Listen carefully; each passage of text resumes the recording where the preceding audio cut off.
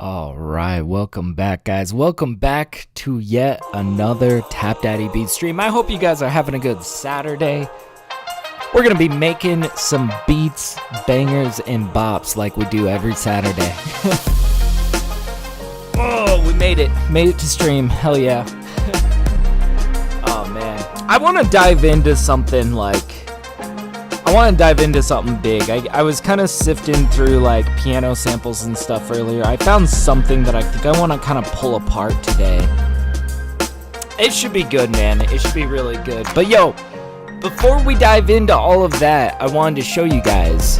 This is my newest release. It's called Home Stretch. It's pretty slick.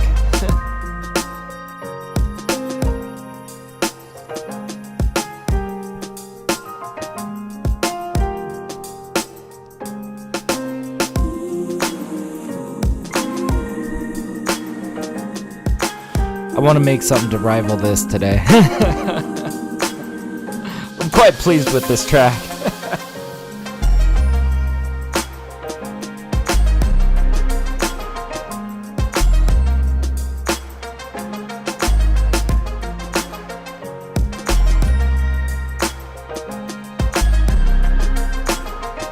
God damn. I don't know, maybe we'll make something pretty jazzy. I'm kind of hoping. We'll see.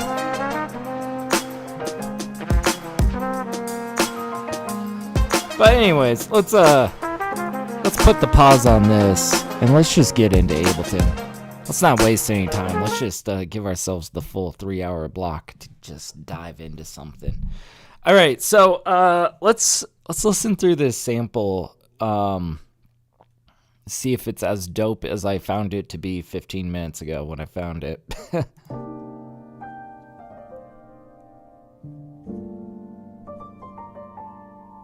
That little turn's a little tricky, but...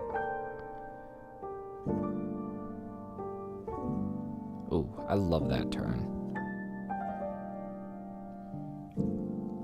Like, dude, we could make something really moody and jazzy and layered. Oh. I like that there's like so much color to this chord progression, you know? There's some really nice turns in here that just really speak to me, you know? So I think, you know, the way that we're going to start this off is by trying to lay down some really immaculate drums. We need to start us off right. So let's get into our drums here. First of all, let's select our kit. And I think I know what kind of drum kit I want for this. Let's see, drums. Let's go down to the TapDaddy kits. There's one that's like just very like realistic, you know. What was it, 142?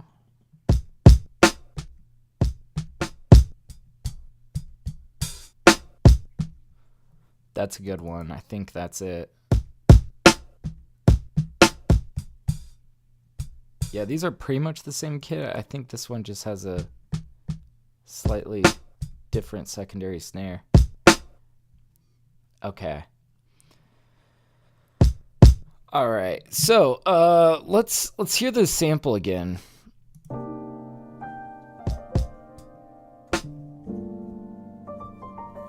And we gotta kind of think, like, do we want to go for something with like a really tight pocket, you know, or something a little bit more fast-paced and kind of engaging? I'm kind of thinking, let's go for a fat, like, hip-hop pocket. I gotta clean my desk. All right. So, here's kind of my strategy with these is I like to start with something kind of simplistic and we build outwards from there.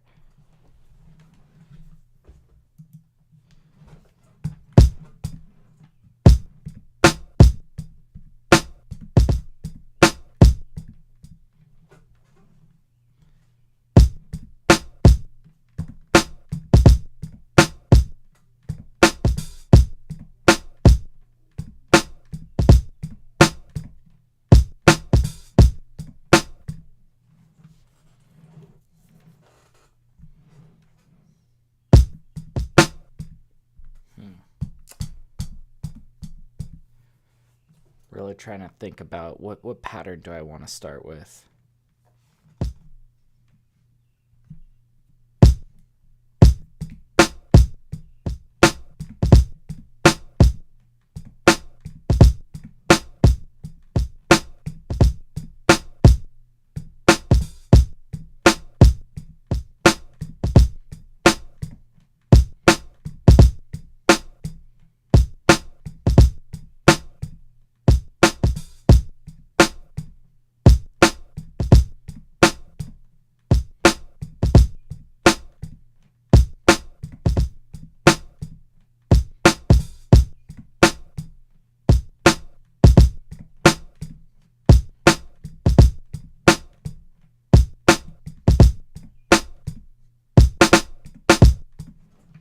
Okay, yeah, that gives me a little bit of variation there.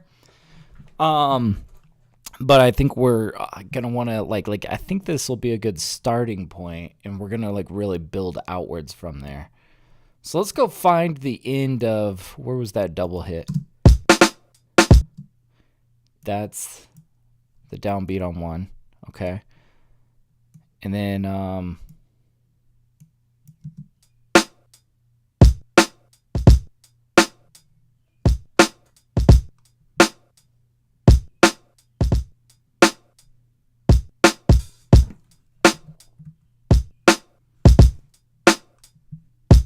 let me full screen us. What am I doing leaving us out here?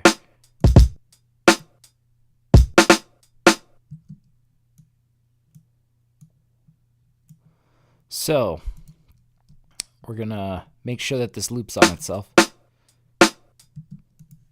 Got to get that downbeat. Let's pick up the tempo a little bit.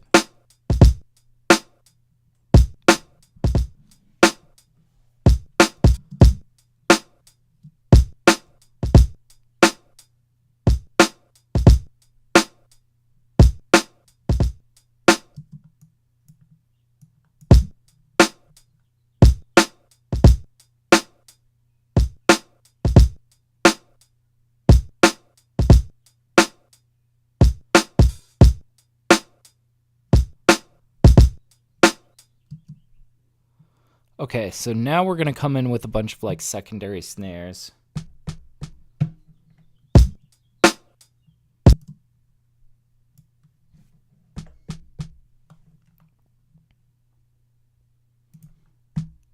We might go pretty heavy on the secondary snares, like really just...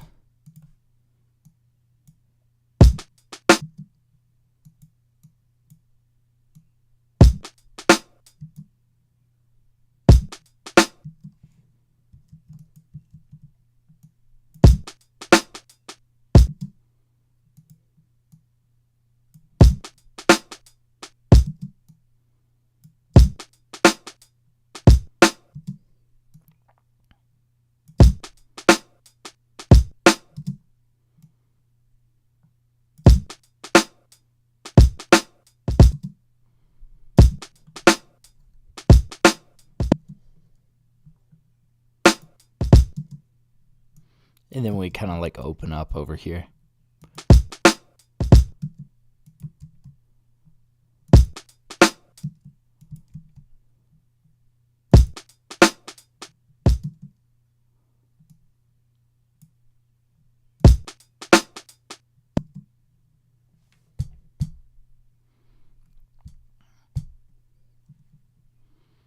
We need to slip in an extra hi-hat here, kind of fill out the phrase.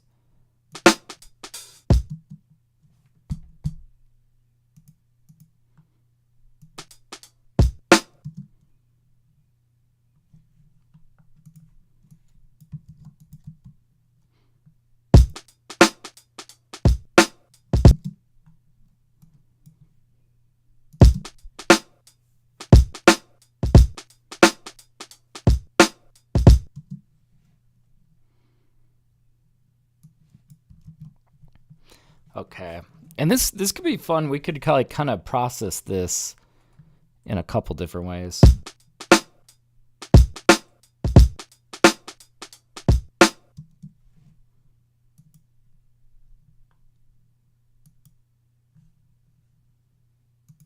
Let's feel this at a higher BPM.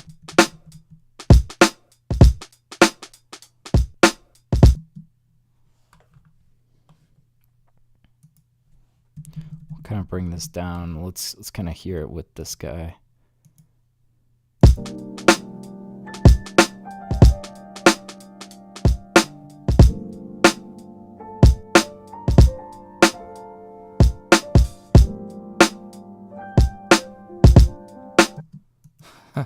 This will be kind of cool.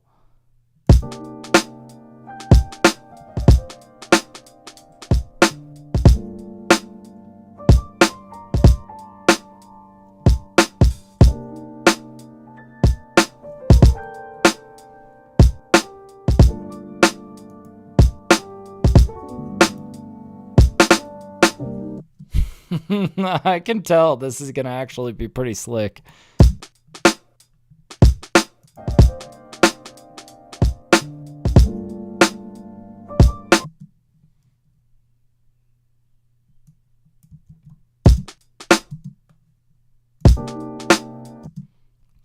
We're going to go ahead and pull out this piano while we're doing this. We are going to pitch this a little bit differently. We got to kind of figure out, do we want to go up to make it more bright, down to make it more low?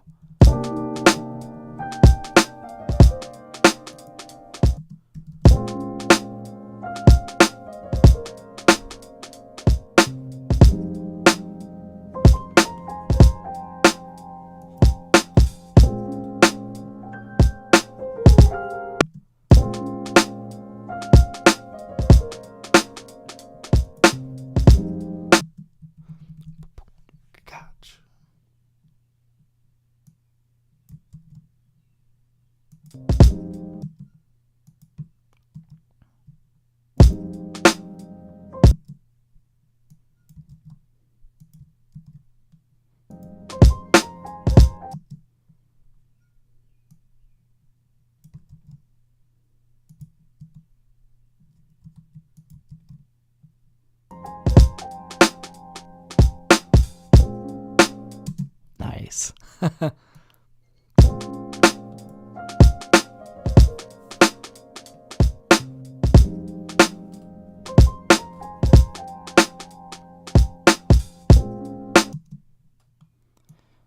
then we'll do like a little bit of a roll here. We'll double bounce. We're gonna say like,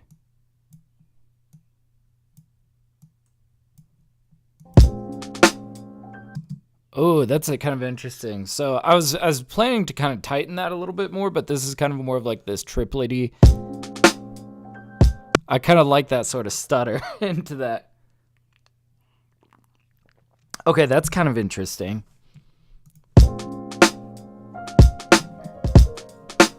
Yo, what's up, Mars? How you doing, dude?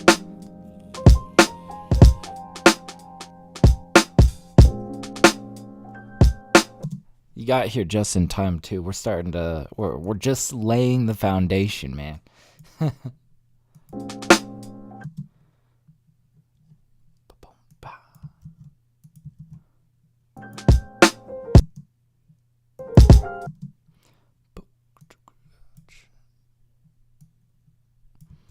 Okay, so we'll like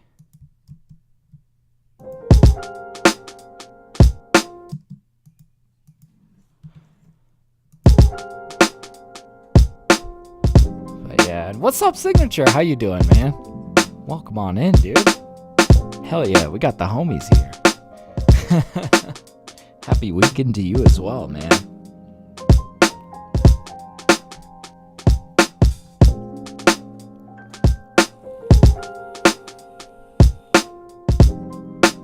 All right, not so sure how I'm feeling about this little section.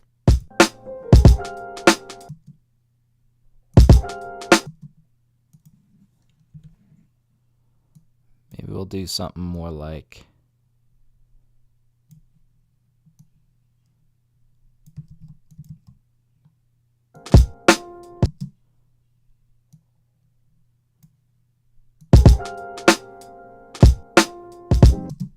yeah, That feels pretty good.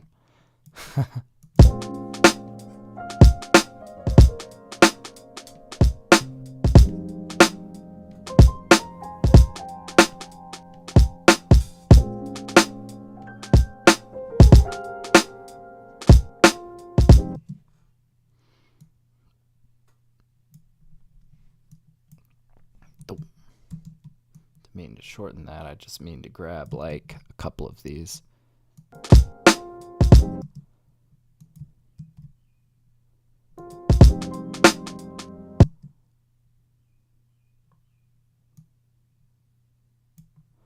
And maybe another little like double bounce into this kick. Now we'll tighten that.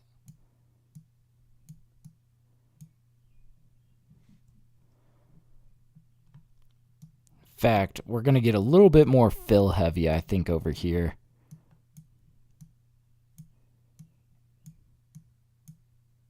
We'll see. But yeah, sounds great. Thank you, dude. We're just getting started. I feel like when I start off this strong, this is like where I know that this is going to be a really good session, right?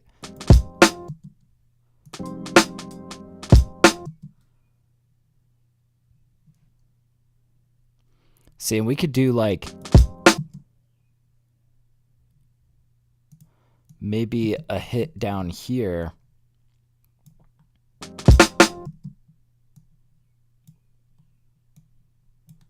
Set these way down on the ground.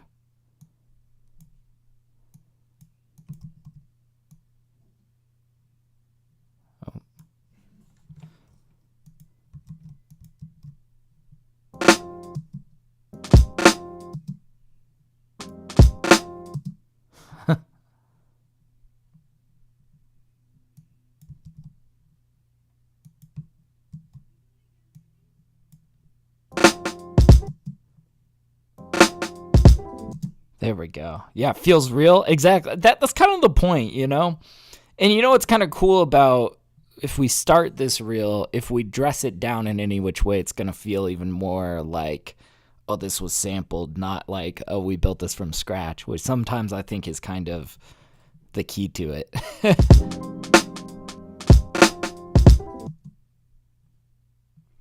Yeah, we gotta kind of back it out. You see, sometimes we get a little dialed in here. We gotta see where we're heading with this fill section.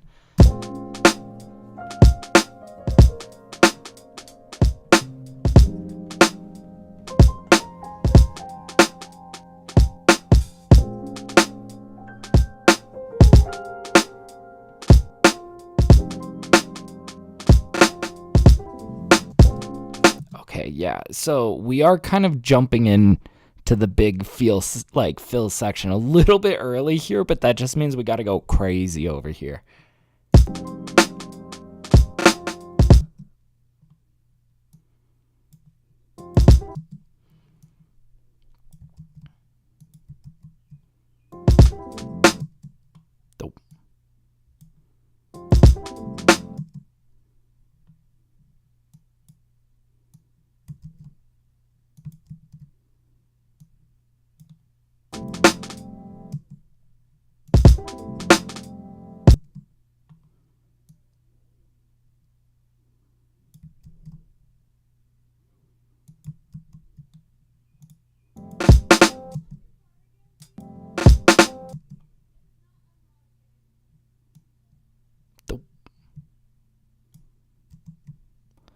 Okay, grab this guy. We're gonna kind of like pick up. Ooh, that feels good.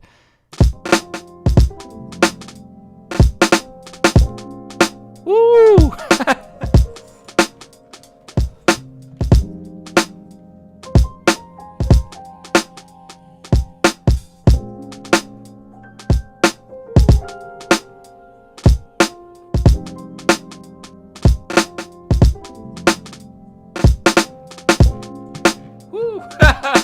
Dude, nice. Nice. And then, you know what else we could lay on this? I just want to go ahead and grab it because I think we're going to pull it out later. There's a couple other percussive elements that we're probably going to layer onto this outside of just what we've laid down here.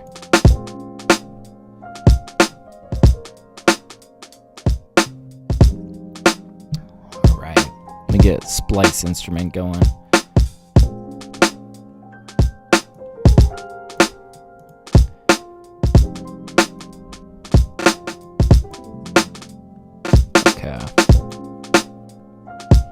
So just this percussion plugin has like a really nice ride and cymbal on it. Just a really good ride. Let's find it.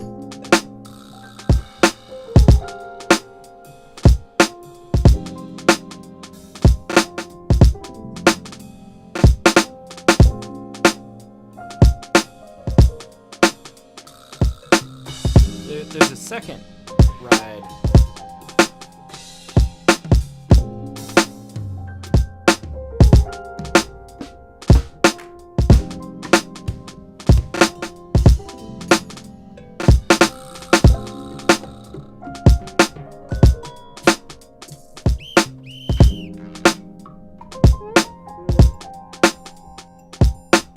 We also got this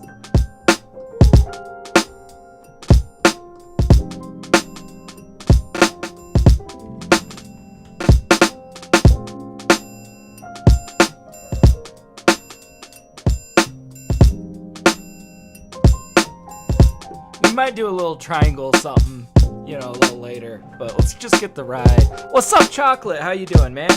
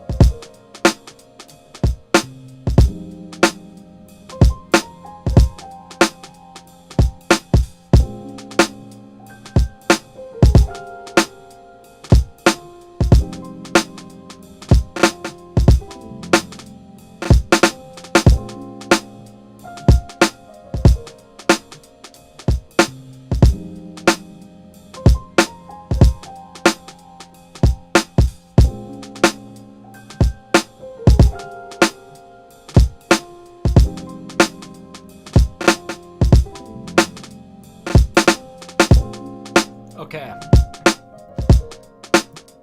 So, yeah, and I just wanted mostly quarter notes, and we kind of swing it on just like a few, you know?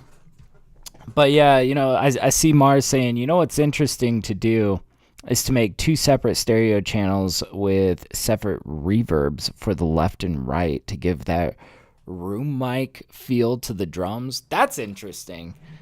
Okay, so like... So it's kind of like we're, in a way, kind of mimicking what it's like to record live drums, where you're kind of matching up different microphones that are kind of set in different places. Huh. That's kind of, we might experiment with that, if anything, in the mix session, you know? That's kind of an interesting idea, you know? By the way, I see Chocolate says just came from the jazz festival in my area. Oh, that's sick, man. That's sick. God, I miss going to jazz festivals. I was the drummer in my high school jazz band, and we used to every year go to the Greeley Jazz Festival. And it was really cool because we'd perform, we'd see a bunch of other people, but also there were like some pretty big jazz names that would come perform for us. And like I saw Chick Corea. I remember one year that was an amazing show. It was crazy, man. Yeah, I don't know, man. I miss that. I've got so many good memories about jazz festivals, you know?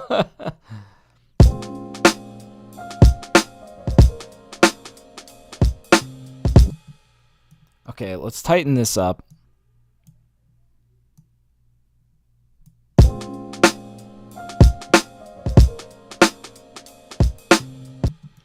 And this guy's got to be like really quiet.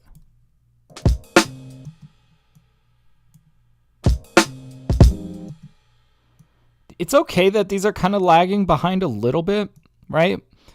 It's kind of more leaned back.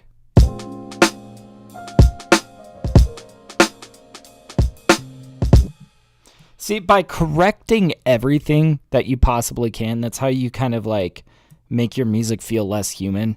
I feel like, you know, by doing so much of this by hand, I keep a really like humanistic feel to it that so many people spend hours trying to create, you know. It's kind of nice, you know. What's up, Gene? How's it going, dude? Says, hey, there might be nice to randomize the velocity. Oh, they're already randomized, you see, because I was actually just talking about that.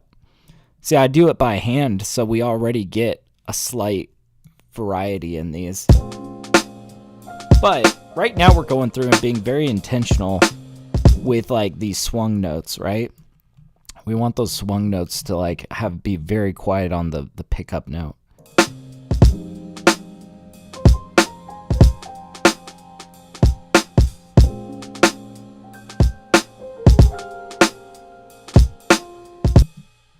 That one didn't feel too bad. I am going to drop that a little bit.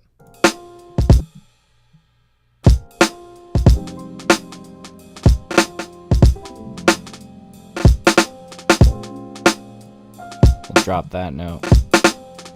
There we go. Whew. Okay, now we can bring this over. There's a whole other side to the sample though, with a slight variation on the...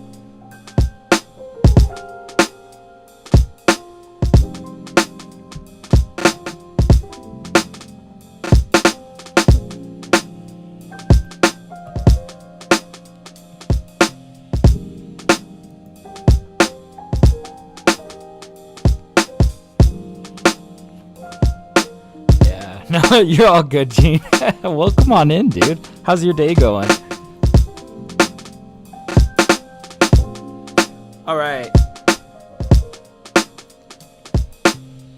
Let's start building the walls to this house. We need a very strong, like, trumpet sample or sax sample. That's what I'm feeling.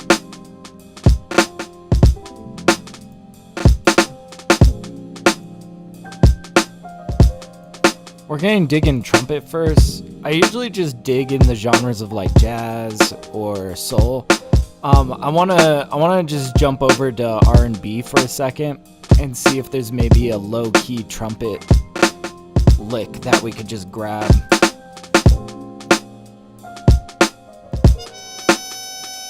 Let's figure out what key signature we're in. So right now this is G minor, but we pitched it down by 2 steps, so G minor minus 2, that would make it F minor. Yes, F minor. I hardly know her. All right.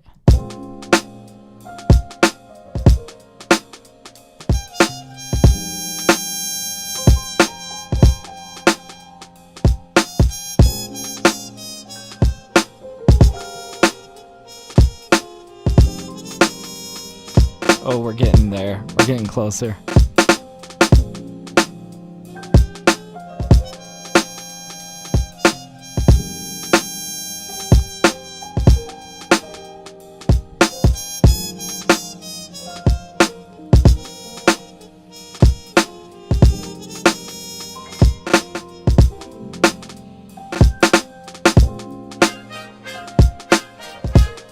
Not quite the vibe. I'm liking this muted trumpet. We'll probably mute it a little bit more. It's a little bit hard on the ears, right? Yeah, that Miles Davis vibe. Absolutely. That's the shit, man.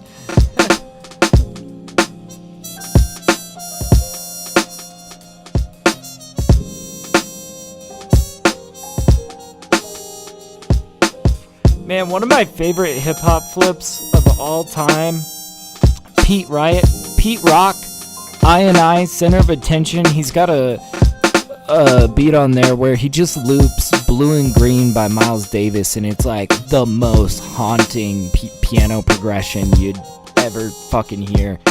It's so like, oh man, that album is so underrated. if you've never heard I Center of Attention, literally the letters I, it was a group that their album got shelved by the label, right? And Pete Rock was like, nah, fuck that. And he started dropping bootleg copies, and it became the most bootlegged album of all time. And it was just like dope. And it never got released. I think it got blocked by, what was it, like Elektra Records or something? Pete Rock, I think, ended up leaving that record label because they shelved that album. And he ended up dropping the album as the second side to an album. That I forget, you guys would recognize the album cover, I can't remember the name of it, but I Center of Attention just got added to music platforms in like, I want to say like 2014 or 2016, like almost 20 years or so after the fact. It's one of the most beautiful hip-hop albums you're gonna ever hear, and it's crazy that it got shelved. Man, I've listened to that album obsessively. It's so good. But yeah, Blue and Green, Miles Davis, so beautiful.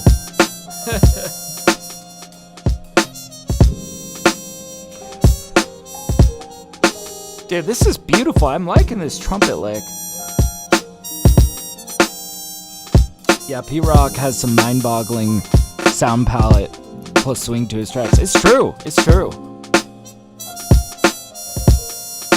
Let's see, he did most of, I don't think he did all of it, but I'm pretty sure he did a lot of like Illmatic, wasn't that P-Rock?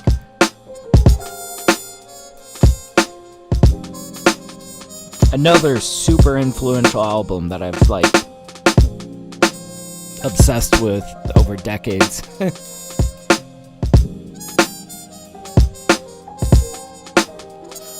Oh, speaking of underrated old school jazz rap, Black Star. I feel like Black Star, nobody talks about Black Star. But man, that's some real like jazz hip hop gold from the 90s, blast from the past, like.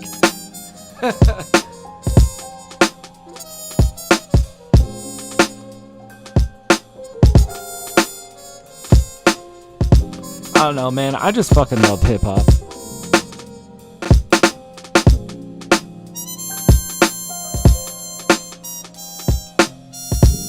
We're trying to just track down the most golden lick here.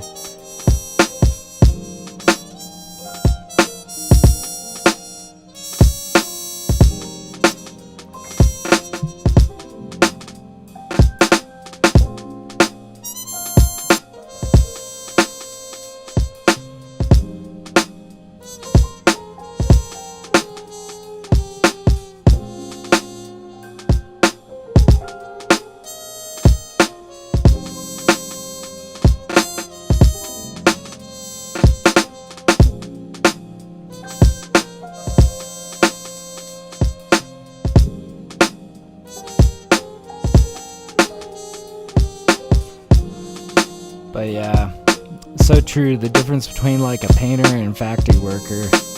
Sometimes you get shelved. Man, that's why, I'm not gonna lie, guys. I am kind of under the impression that the business model of record labels is kind of dying. I think it's kind of a good thing. Kind of a bad thing, because record labels do employ so many people in music.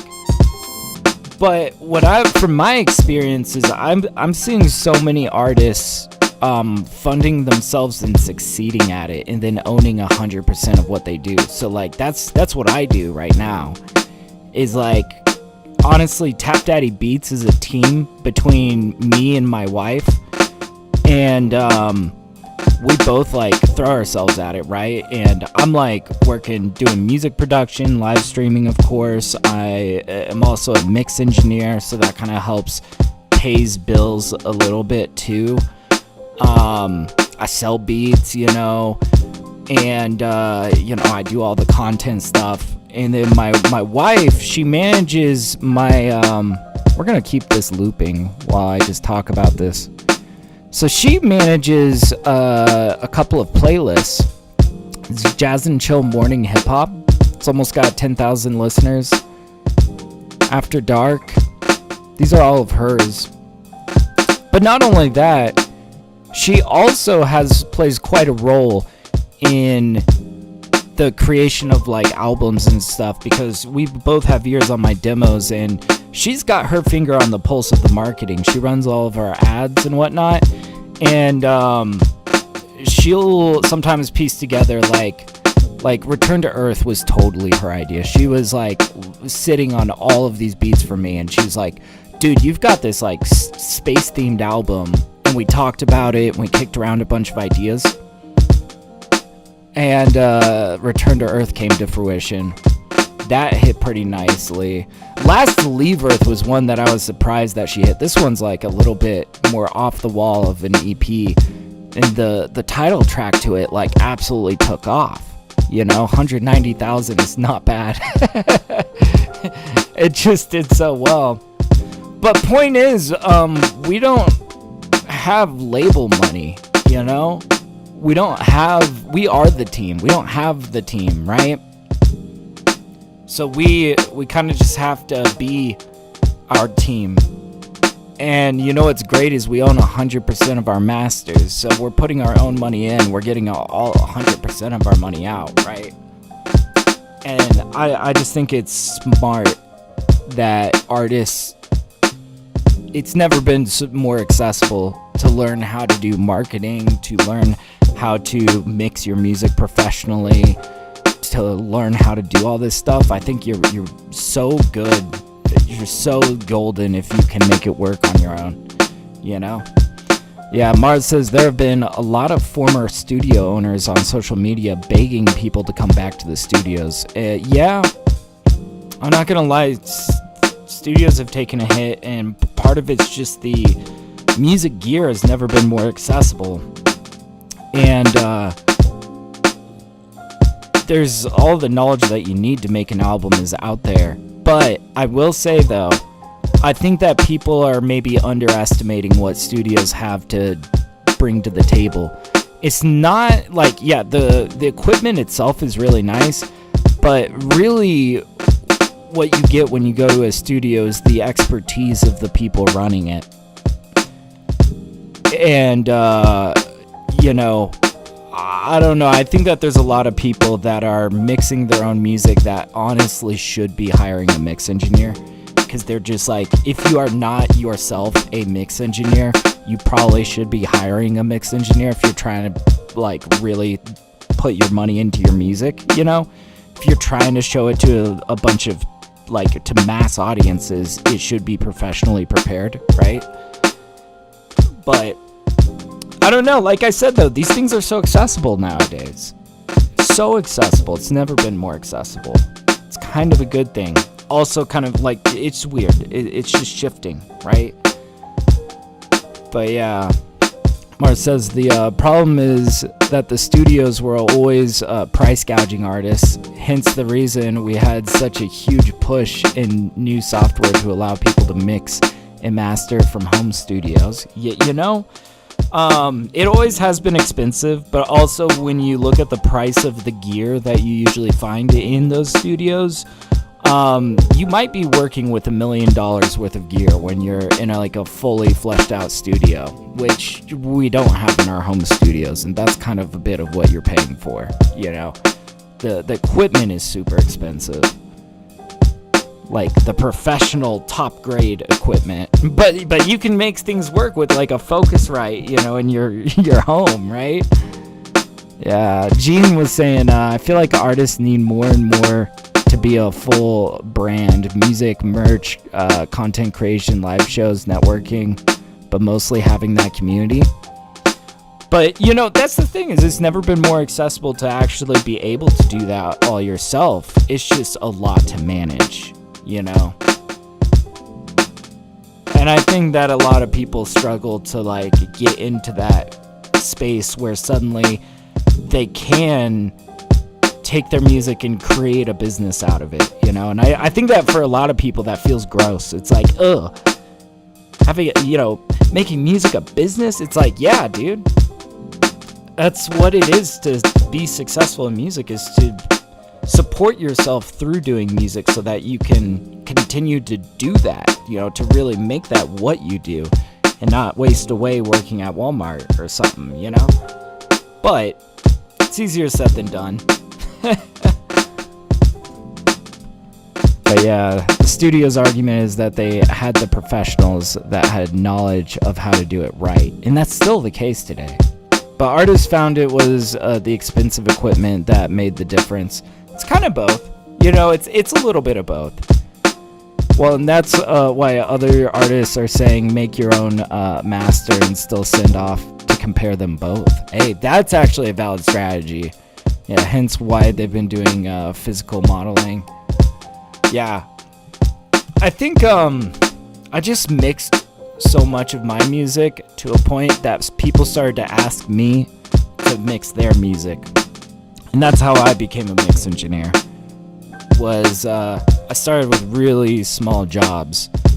At first I wasn't super confident in myself, so I was only charging people like $50 and then spending like 15 hours on their mix. It's crazy, right? And then as I got more clients, I started moving up like $100, $150. For some of these larger projects, I would charge more, like maybe $250 for a track. I honestly haven't been too booked out lately, so I've just been doing some small projects for like some of my clients that I've had for a while. But anyways, I should zero in on this track. I've been so mystified listening to this go by. Let's find the perfect lick, guys.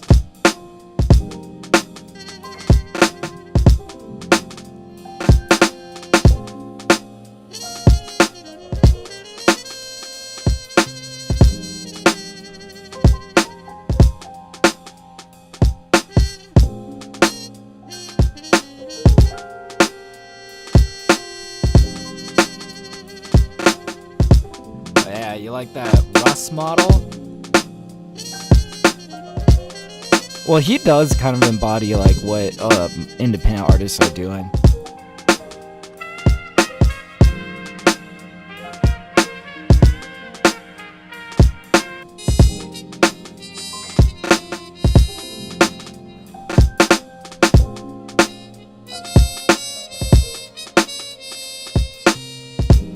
I feel like I haven't heard anything yet that has piqued my ear as like super catchy. We need something that is gonna be super catchy, right?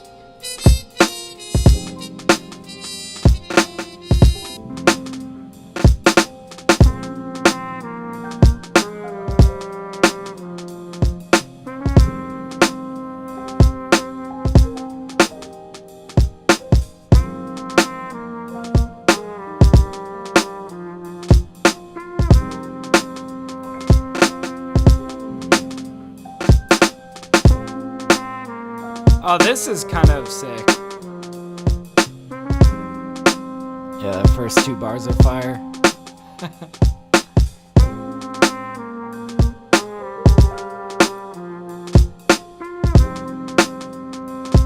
We might take this.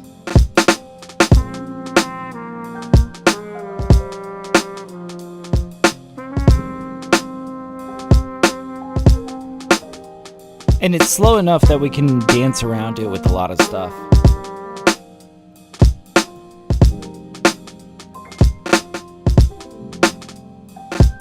Oh, come on, download.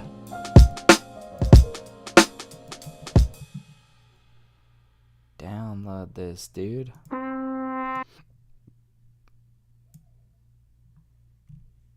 Sample offline. Bro, download the sample.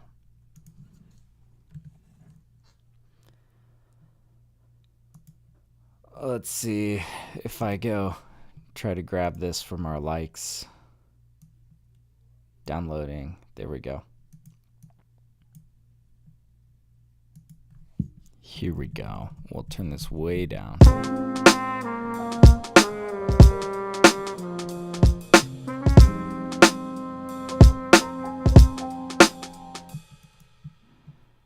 And then we might like kind of spread this out a little bit.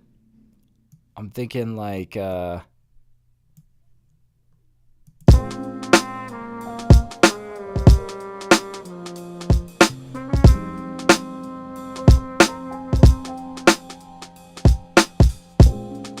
we have something counter that.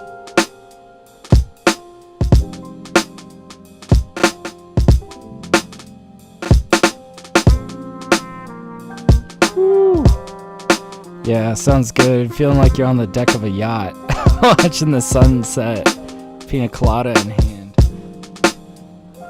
or by the side of a bridge with a greasy burger and a 40 ounce. I don't know. I could go either way on this track.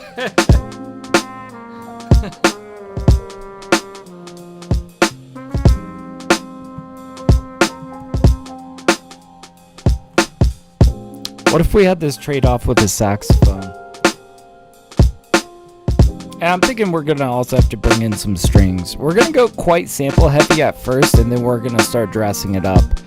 Decorating the house, as you will.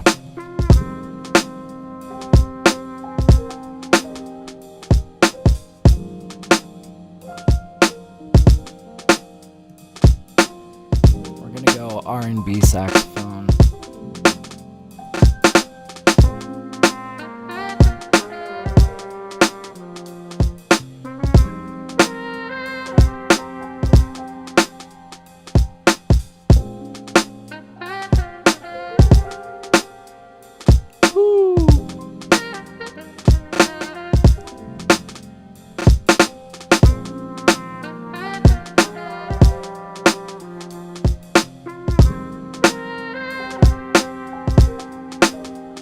Oh, come on.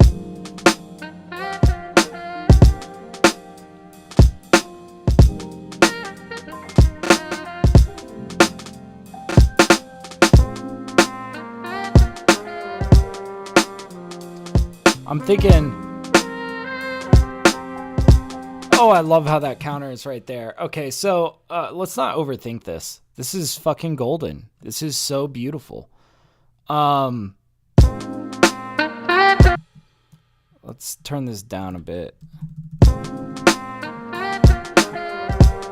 But I'm thinking, let's not come in there. Let's come in right there. Okay.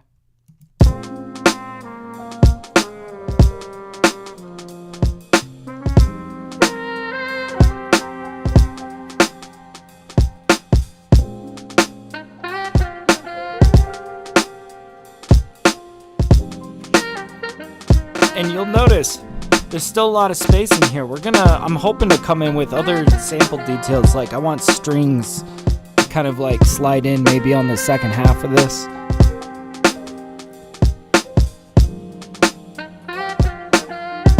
And we still need to bring in like an upright bass.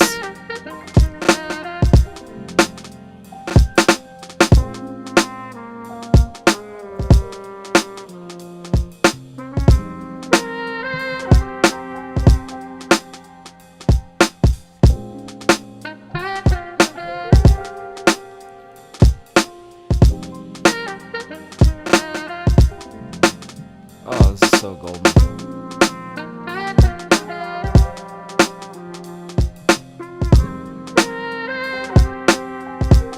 We're gonna set this trumpet a little bit left and this guy a little bit right.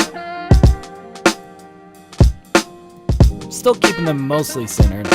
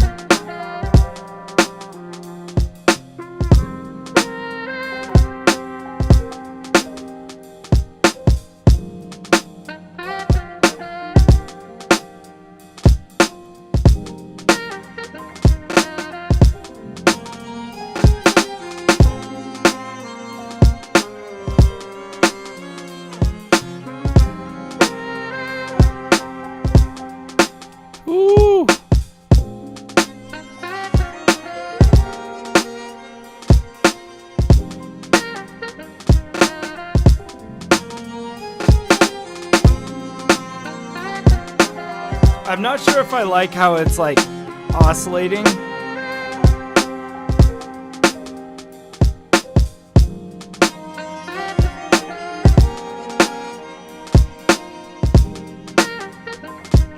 I mean, we could straighten that out.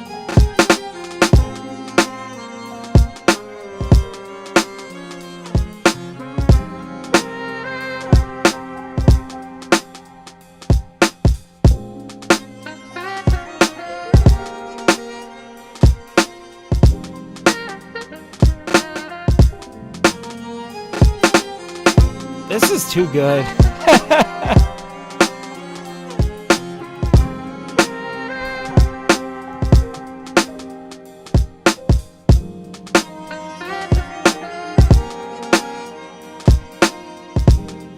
But yeah, take the swing of the piano and apply it to the sax. I don't want to like chop this too much because it's already lined up with the swing of the drums pretty tightly.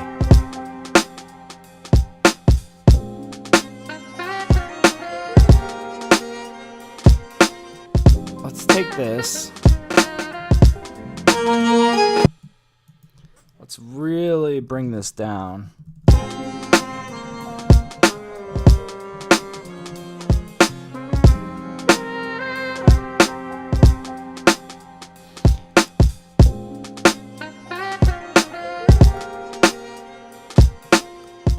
I might just live with how it's oscillating, but I do want to hear it mono just to feel that.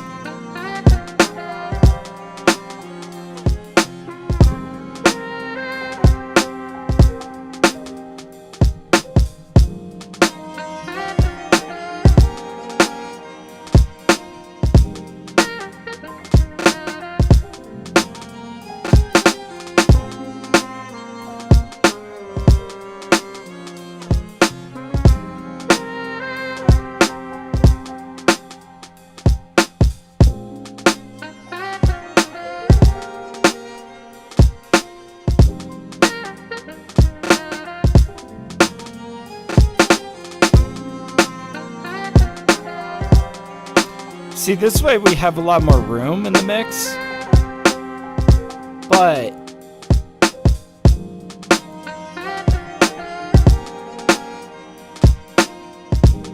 I don't know, this is just so much more immersive.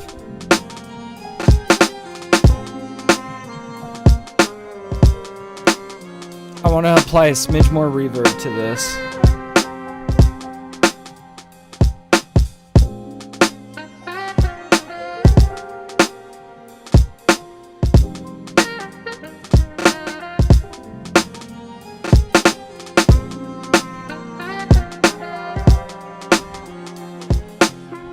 Sometimes it's the repitch settings. Nah, that's how it was. It's not to do with how it's pitched. It's it was that way in its original file. You can see it in this wave file. You see how it's like trading.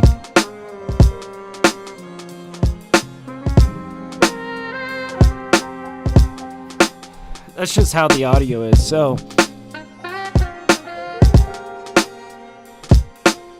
I think until we get more stuff in the mix, I'm gonna leave it. It's kind of interesting having it really around us, but we always have the option to mono it and set it to a separate side.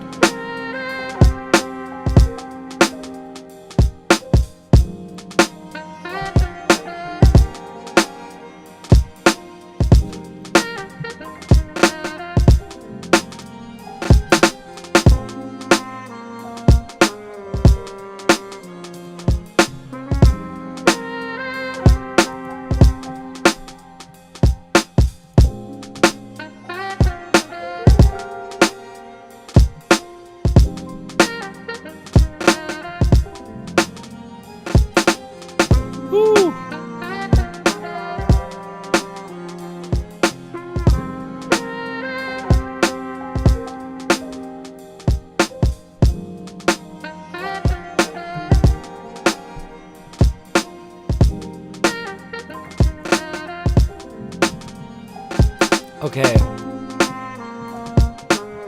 Upright bass.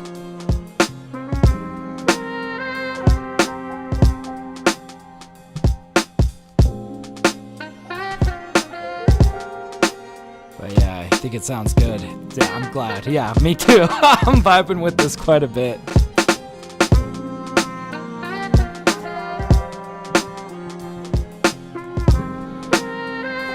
Alright.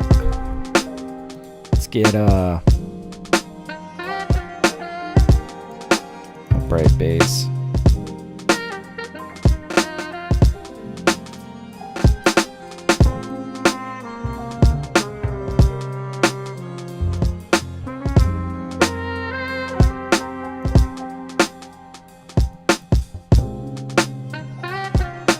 We're gonna pull out our compressor and we're gonna play this a little bit louder than we intend to have it in the track, just so we can really hear it.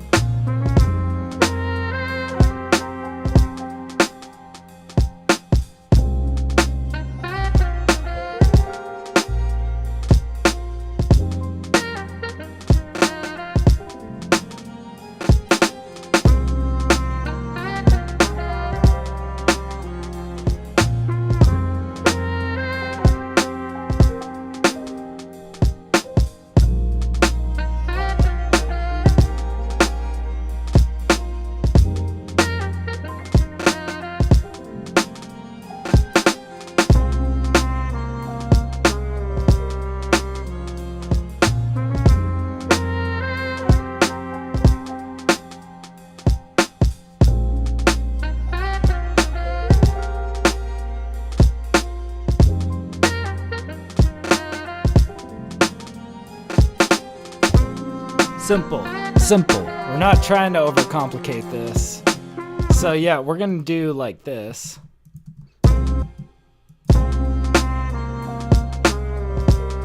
We're also, just to give that low end a little bit more satisfaction, we're gonna pull out Oxide Tape Recorder. A little bit reel-to-reel emulation.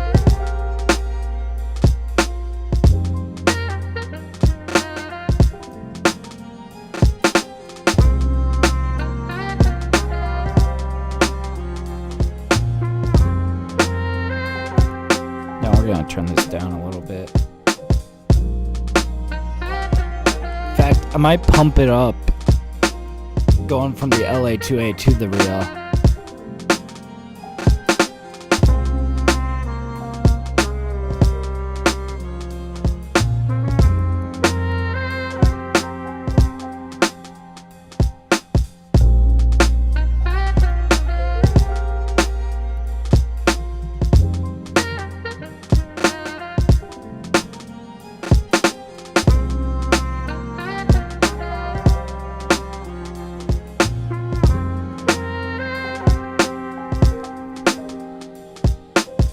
Alright. Let's get a little bit more in here.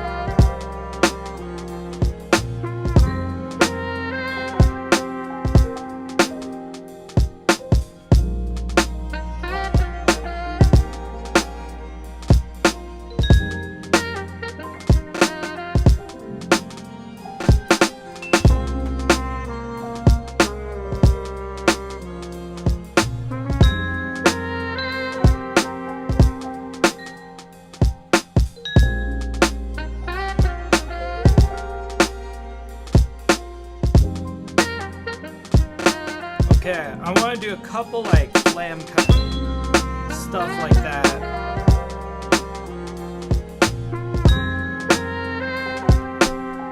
We're gonna turn this up for a little bit.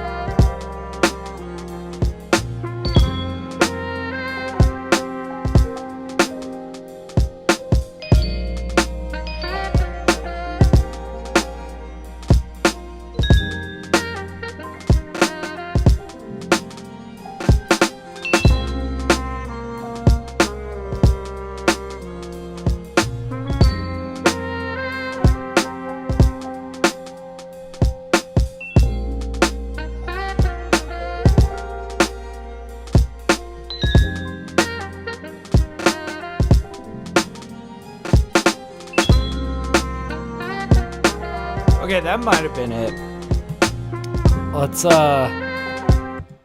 capture this. Good God. Yeah, you like that xylophone? Feels like chimes almost. So yeah, it's actually a vibraphone, but I did a lot of nonsense to it to get it to sound like this. In fact, I almost want to show you. This is what this vibraphone sounds like. Okay, now you'll notice I put a bunch of bullshit on here. Drum bus, OTT, sketch cassette tape processor, LA2A compressor, vinyl filter, and then I shaved the top. Without all this bullshit, this is Ableton's stock vibraphone, okay? It's called Vibraphone Hits. And it sounds like, it does not sound anything like that.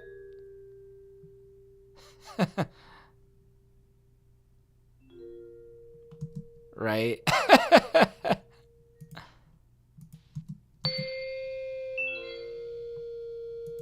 I like it a lot.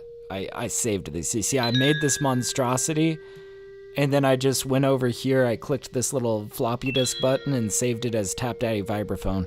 I use it all the time.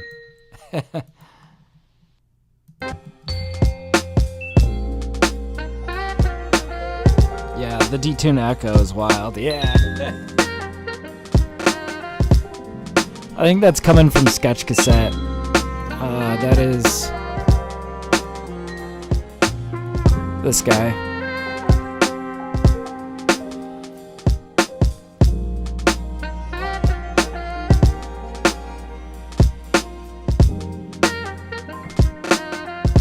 Let's get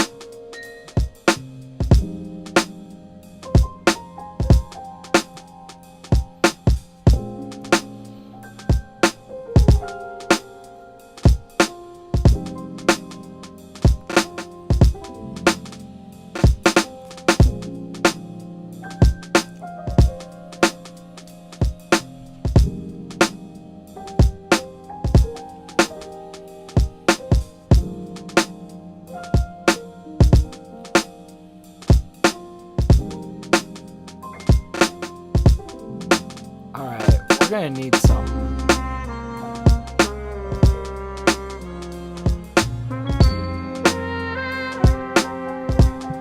we should start kind of unpacking this arrangement at least a little bit.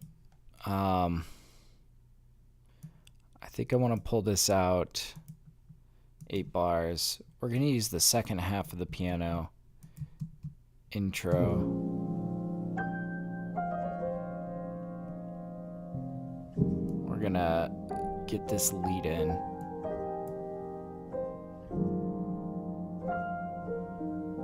Is there a pickup? No pickup on the trumpet.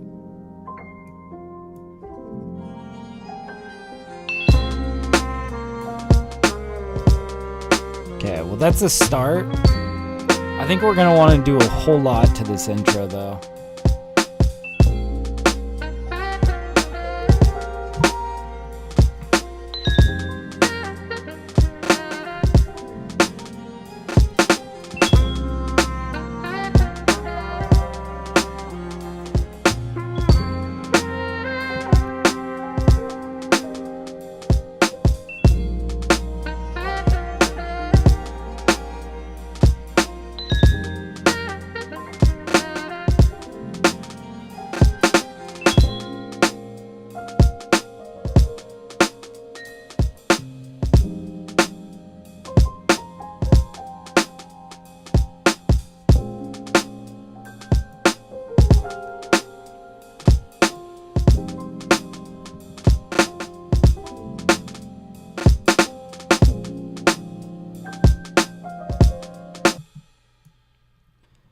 Might pull in.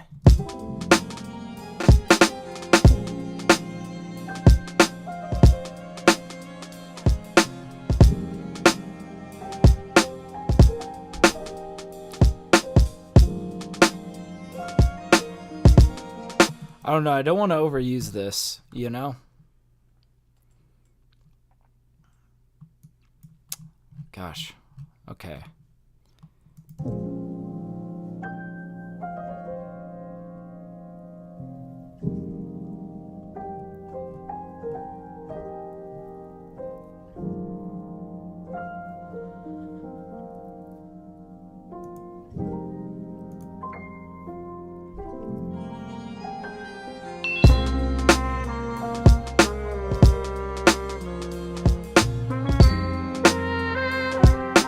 I feel like I want to do more of like a sampled, some percussive elements in this beginning.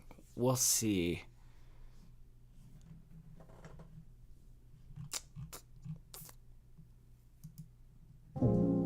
Definitely some chimes.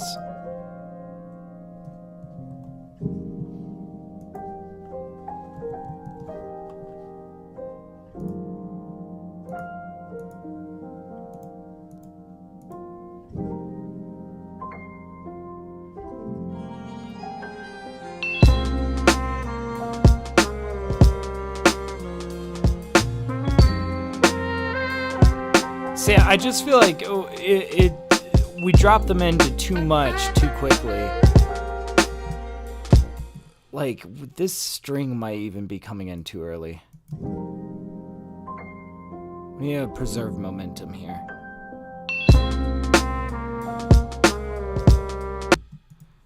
Maybe not even this guy.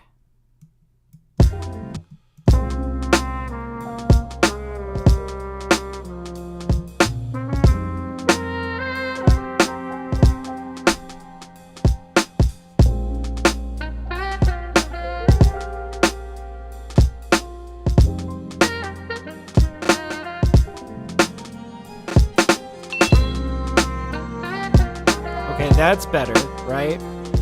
Chimes or sea waves. Yeah, I was kind of thinking like rainfall is maybe the ambience that we'll go with. But for now, let's kind of just get some of the elements in here.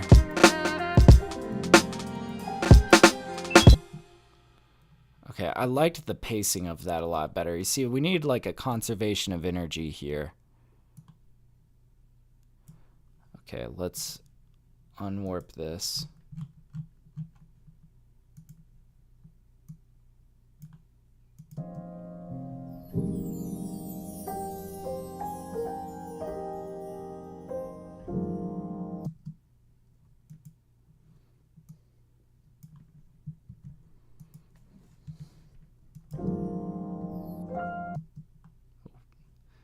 See, that starts another one. We gotta trim this down.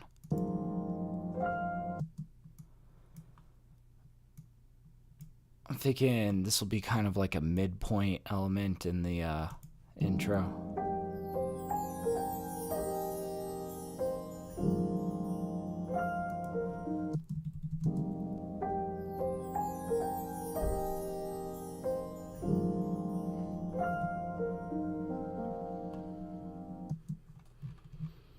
And as we come up with some details for this intro, it might give us, like, you know, some inspiration for ornamentation in the middle section.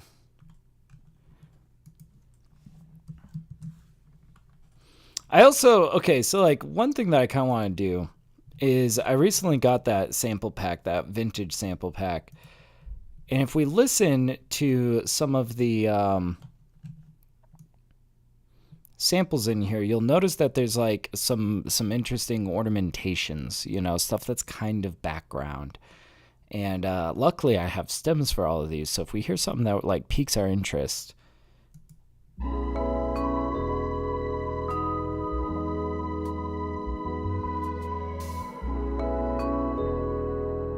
see something like that hi-hat or something, right?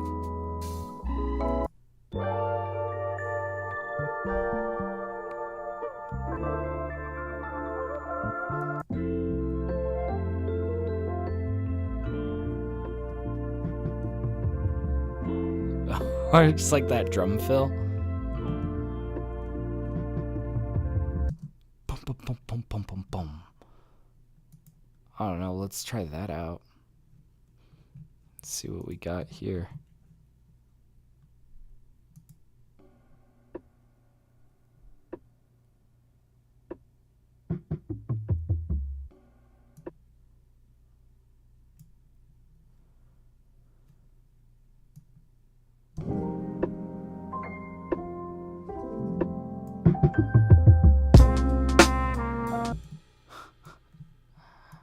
I don't think we want these clicks, but perhaps this guy.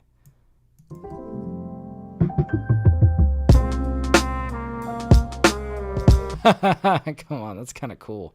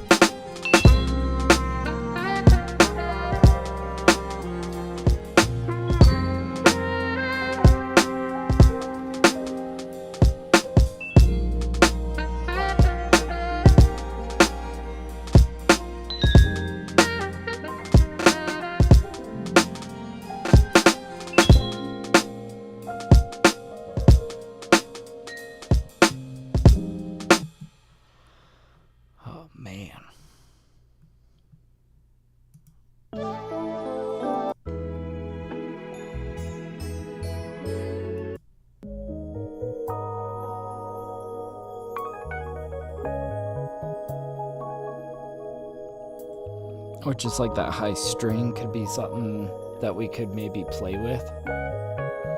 What's kind of fun about taking something like that high string is that we can use it like an instrument however we wish to. So like warning T.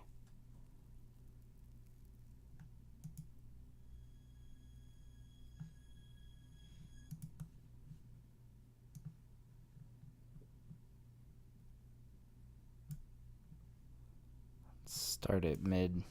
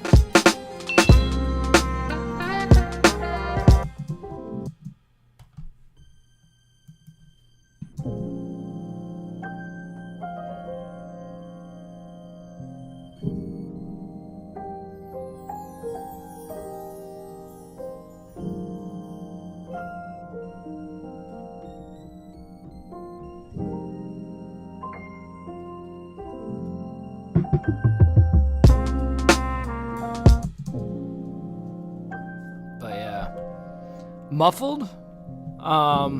Which element are you talking about? This string that we're playing with? It's definitely quiet. We need to bring it up.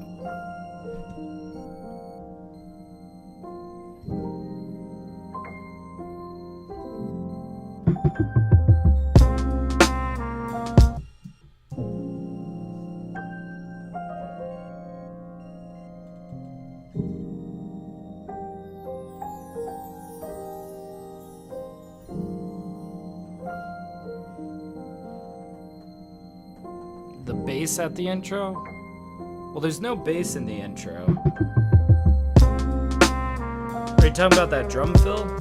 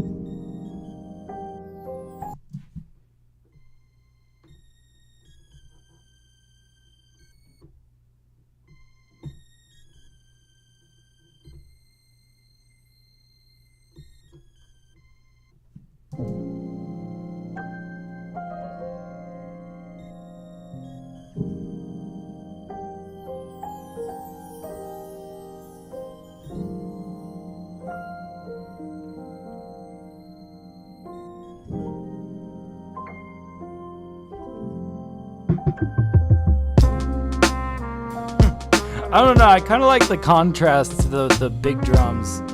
It's muted and then we hit that bass note. It goes boom.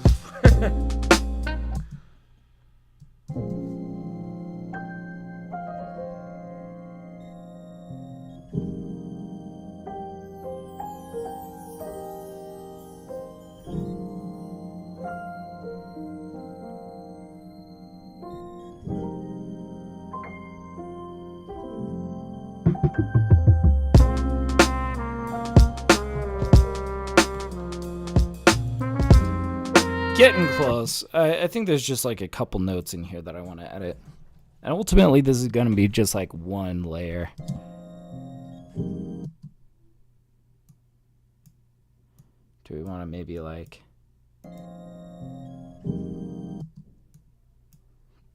make this pretty precise? Continuous.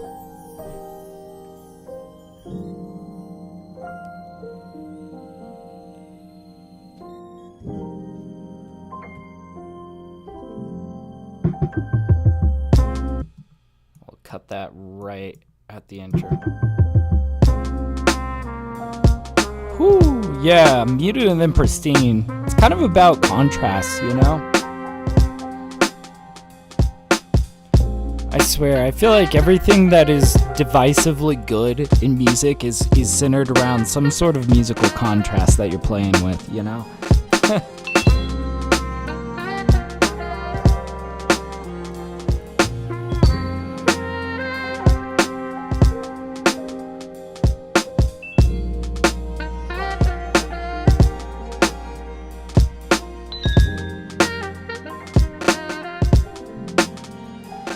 Play around with more stuff like this where we like take something sampled and turn it into an instrument, because that to me I feel like preserves the sort of feel, right? There was a sample I was playing around with the other day for a BeatStars beat that I kind of want to just pull out because it was pretty versatile. It was like this string that sounded like an organ. Some of you guys that were hanging out during that studio session might even remember. Oh, man. Oh. What was it?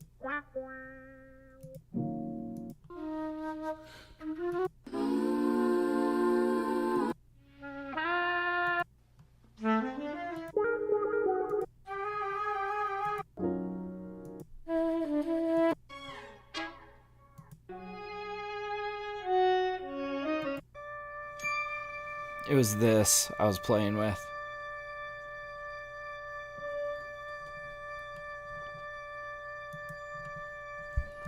I remember this had an interesting feel to it when we started playing it like an instrument. So let's see, I'm going to want to get us past that hit.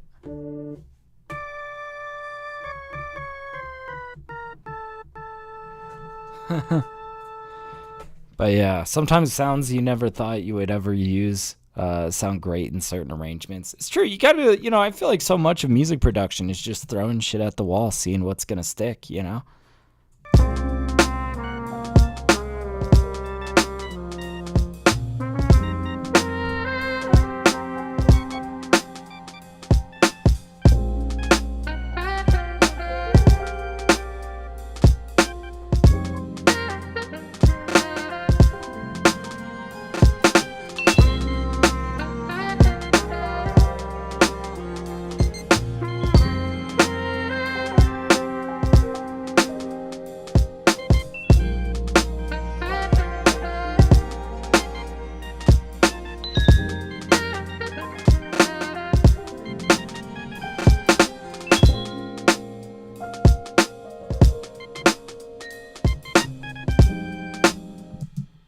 Okay, I kind of got an idea for how to skip down this.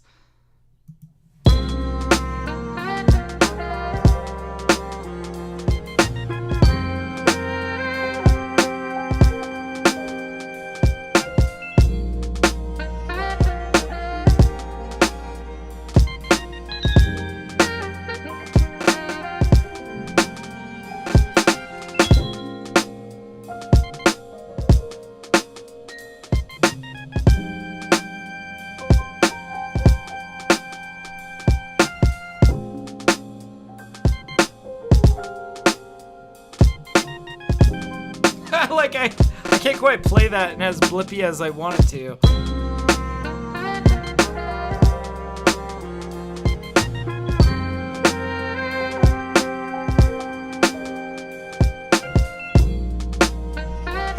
Let's just capture that and we might like pull it over here. But yeah, coffee time? Dude, I agree. It might be time for more coffee here.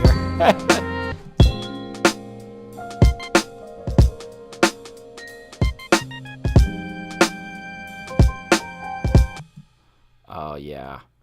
Dude, this is cool. Okay, let's tighten these, though. Let's make these very tight. Whew. But, yeah. I see Gene saying, so cool. It's like in your dream state in your digital alarm clock. Yeah, totally, man. It does kind of have that, like, digital feel to it. Okay, this is so dumb, but I like beeps and boops in my hip-hop music. But we got to really downplay it, right? It's set a little bit too far forward right now.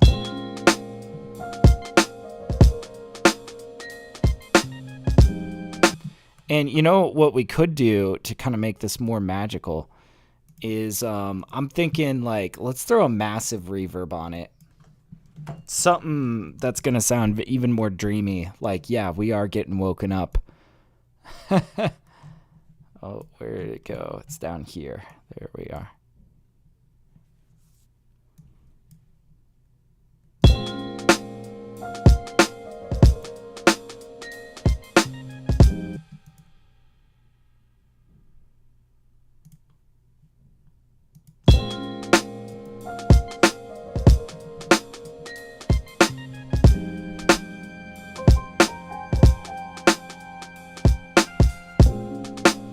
Oh, that's nice. That's a cool detail. Anyways, I think Signature has the right idea. It's coffee time, man. I gotta just grab a little bit more coffee, but we're going on this. I should probably also save this because I like where we're heading with it. What are we on? Song 1145. Jesus Christ, we are getting up there in the numbers, guys. Song 1145. Man, okay. Yeah, I'm going to grab a little bit of coffee. While I do that, let me play for you guys something from my Spotify. Oh, you know what? I should mention, I just checked the other day on my topic channel. On YouTube, you know how every like official artist has like a topic channel that has all of their releases? Dude, my song Lady Moon is coming up on 100,000 streams on YouTube, which is just crazy because I was not paying attention to YouTube. I've been mostly focused on Spotify. It's got like 93,000 streams right now, and it's growing by like a 1,000 every other day. I don't know. It's kind of crazy. So anyways, I'll play for you guys Lady Moon. This is kind of the big hit that people know me from. If you've never heard it, this is like what most people know me from. Anyways, I'll be 2 seconds. I'm going to grab a little bit of coffee because I think Signature had the right idea. And yeah, I'll be right back.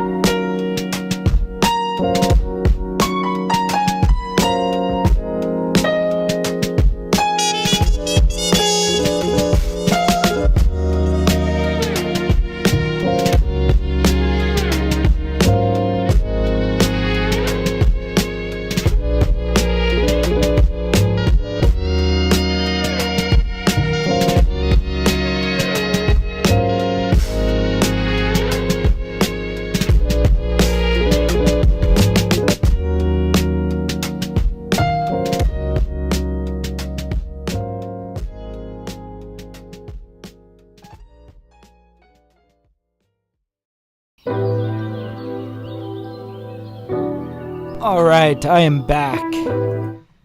Did you guys enjoy my one-hit wonder, Lady Moon? Dude, I've been scratching my head trying to like, what is so infectious about Lady Moon? People like, it's weird when you drop music and you do get it in front of audiences. Sometimes you'll notice some tracks get more engagement than others. Like some are just like, people are drawn to it like flies to a light, you know, like moths to a light. It's just that's the one that has like pretty much established a lot of my audience and brought a lot of people in. It's kind of crazy. All right.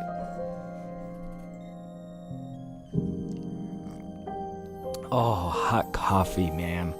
Hot coffee. Signature was right. It is coffee time. Oh, I'm ready to tackle this beat. Woo.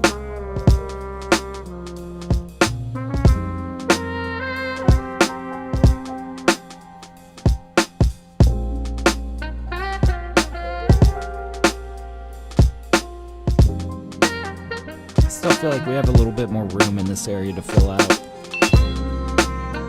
But here it's pretty golden.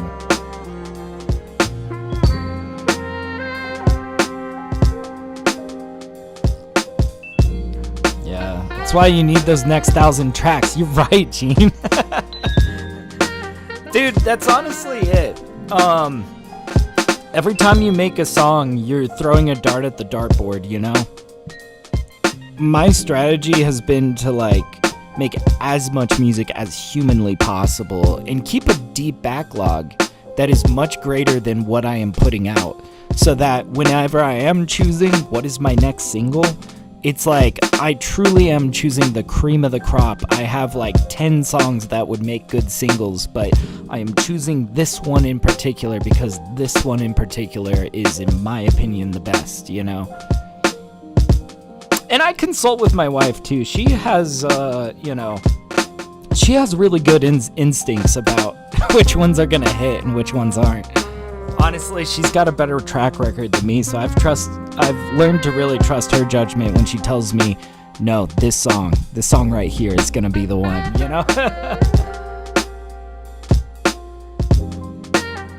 Oh man, hot coffee.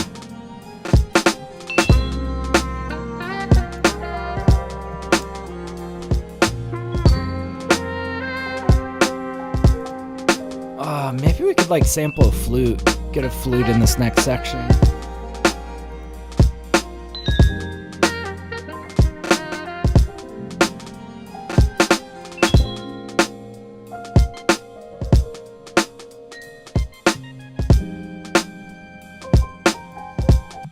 I still feel like this could be a little bit more tight.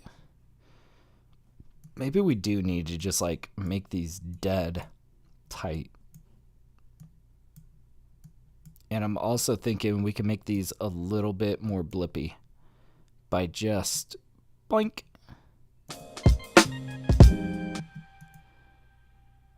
Okay, maybe every other one can get pulled out a little bit to swing it slightly.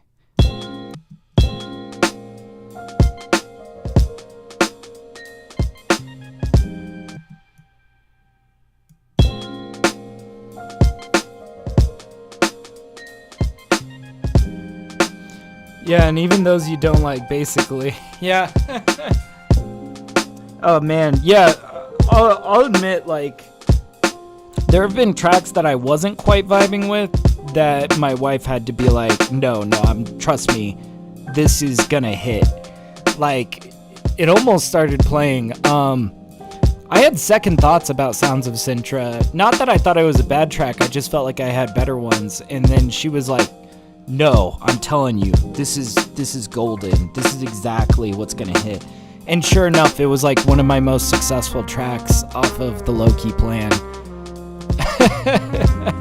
I was like, what? You know.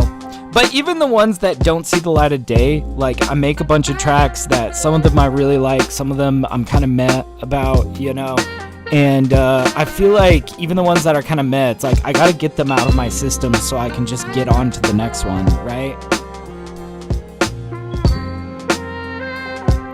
I don't buy into people being like, well, I prefer quality over quantity. It's like, yeah, so you're gonna sit there on a track that you may or may not like for like a month rather than making like 10 tracks in the same time, one of which is gonna be really golden. Just make as much as possible.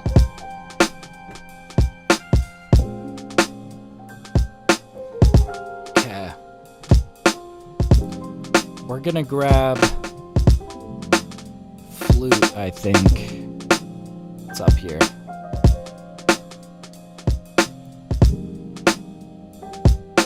We'll go down to R&B.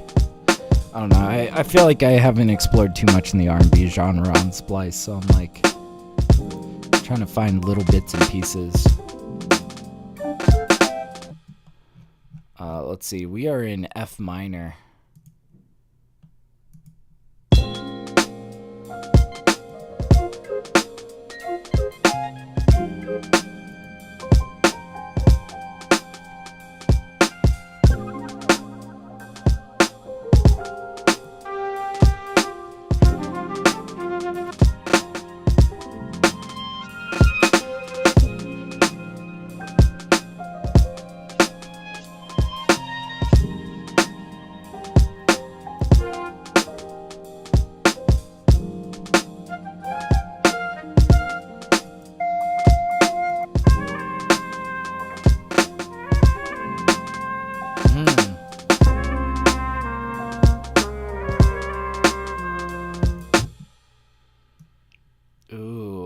like this flute. I like the texture of this flute.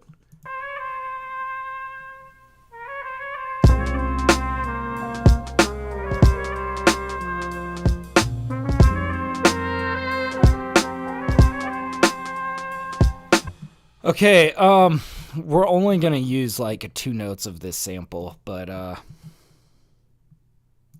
let's pull it out.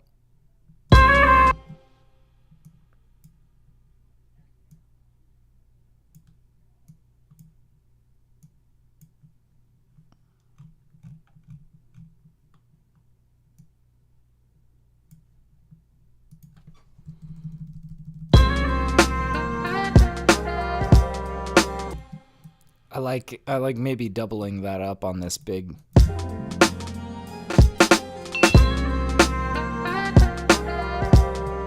Ooh. And what if we like paired that with some delay? Oh, why am I not full screen? Here we go. Boy, this really is a track that I'm not gonna lie, guys. I am like hammering away at this. We're about an hour and 40 minutes into the stream, and we're not even anywhere near done.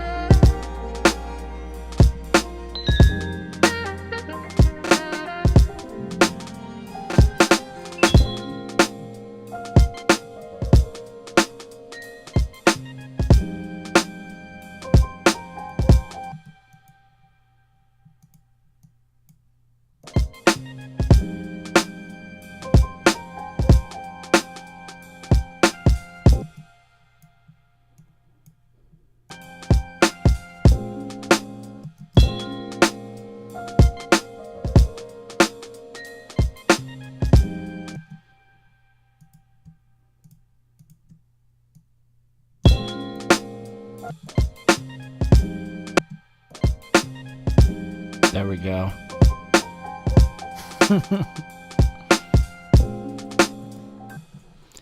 Okay, on to the next part. Let's just keep going at this. Let me keep this better organized. We're going to keep this up here with all of our stuff. Let's see.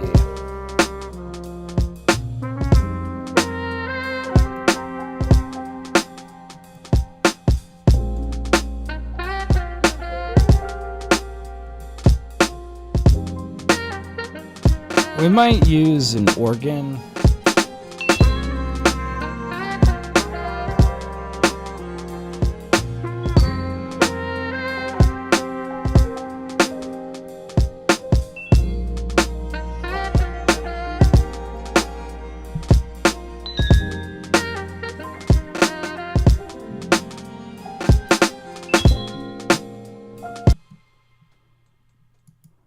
Okay, yeah, there's this one, Clean Jazz. I really like this one.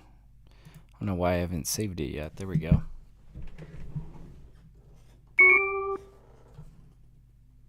We're gonna really set this on the floor.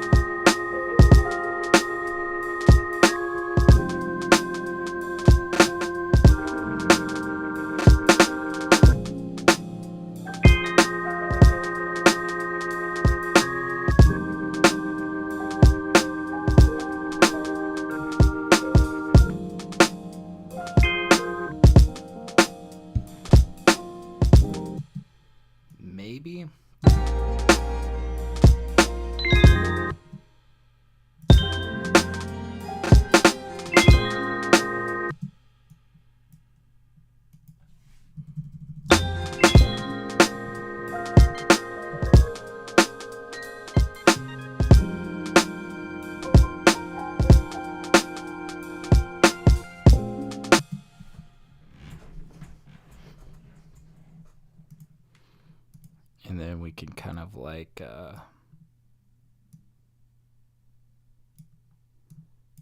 stretch these out.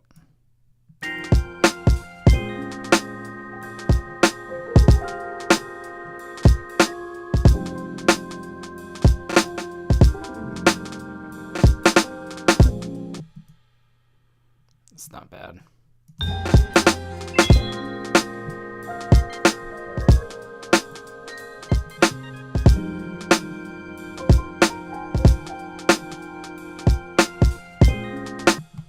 I kind of want to connect these a little bit better. We'll keep that note going. Really, all of these.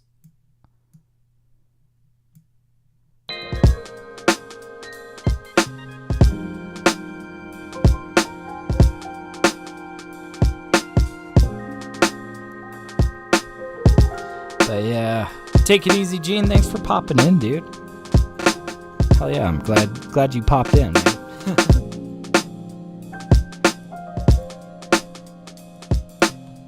Gosh, this is like such a blank canvas in this section. We gotta figure out what we're doing. Let's even bring it back to the beginning of this, because like I said, I feel like we're not done with this intro. There's a lot of like small details I want to kind of fill in here, and this might give us inspiration for this middle section.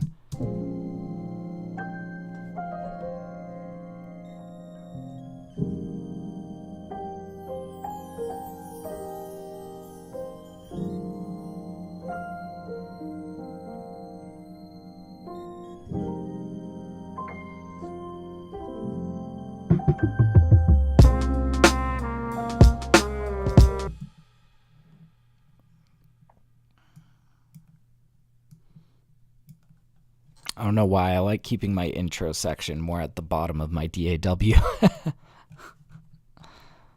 All right. I'm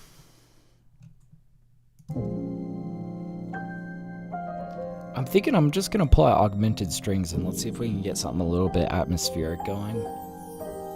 Like potentially this bated breath.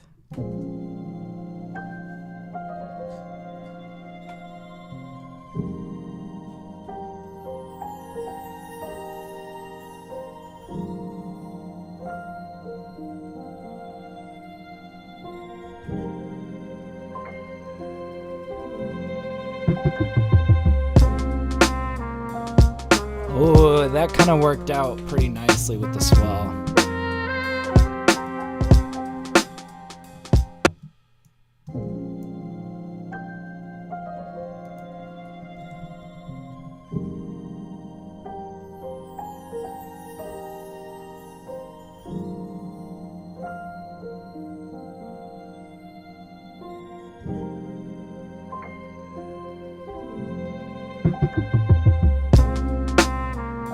We're gonna pair that swell with a couple of other things. That should just be like one layer amongst a lot of things. Let's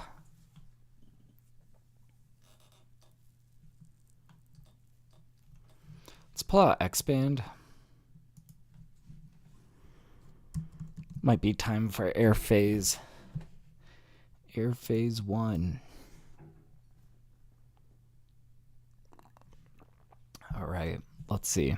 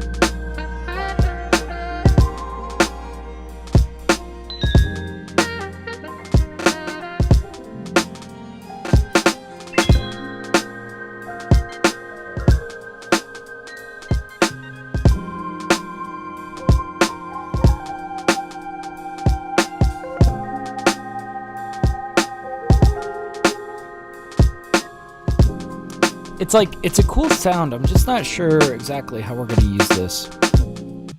I'm not entirely confident in it yet. Let's keep pulling out expand, and this is where we might kind of go off the deep end and go searching a little bit, you know? So like, yeah, maybe something like in soft pads. I'm just not sure yet. Let's start at the top and just...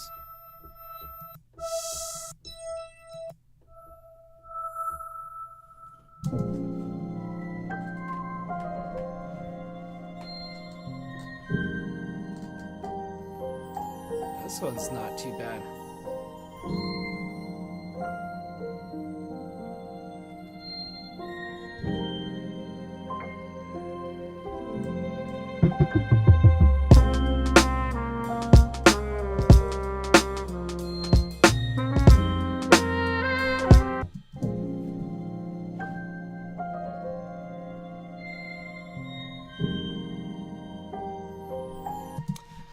You know what this kind of reminds me of? Let me pull something else out.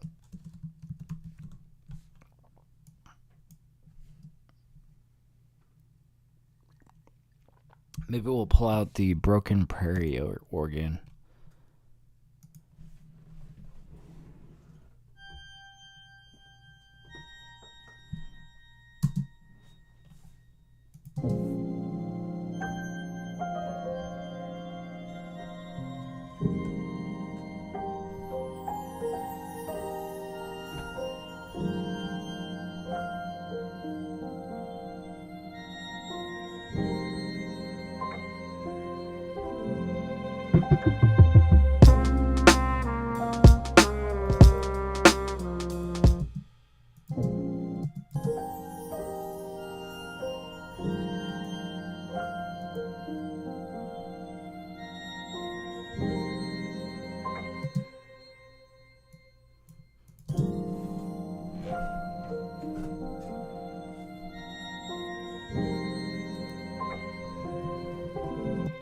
Yeah, wait, let's set that, just these two notes, like, really far into the background.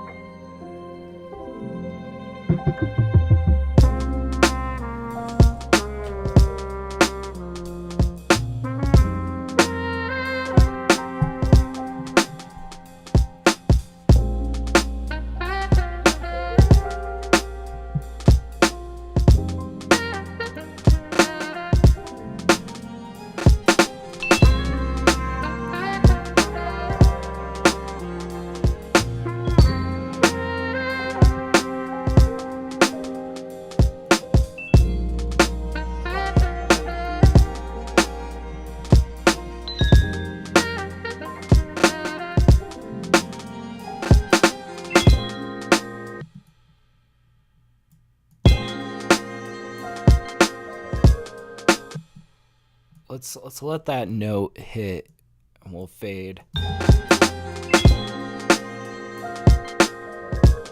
There we go.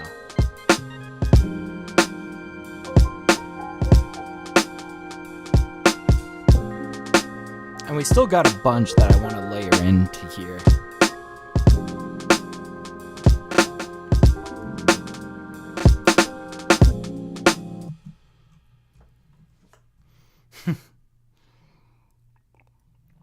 This is like kind of one of those tracks where it's like, how jam-packed can we make this without making it sound crowded?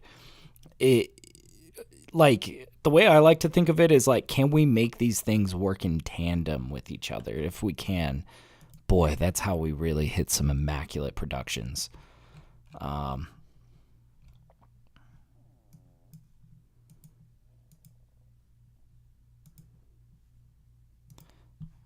Kind of want to keep going exploring.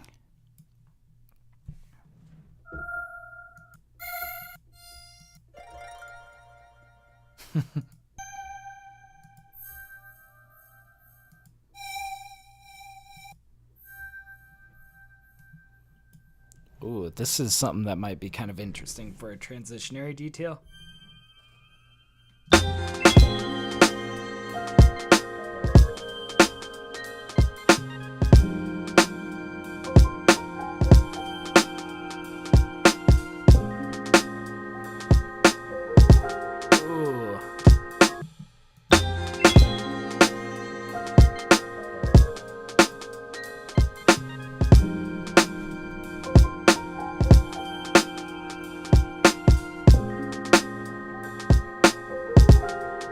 tiny little details. That's the kind of stuff we're looking for.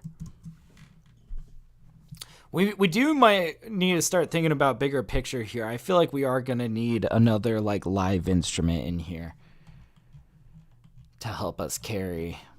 But god damn.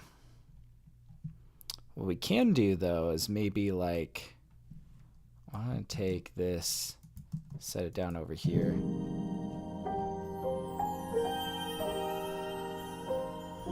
Ooh. See, that's cool.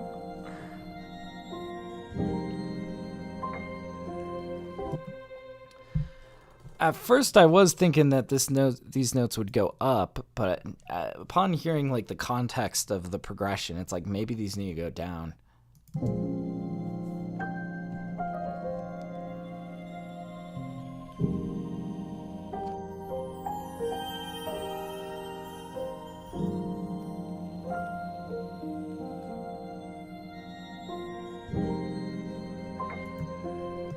Bum, bum.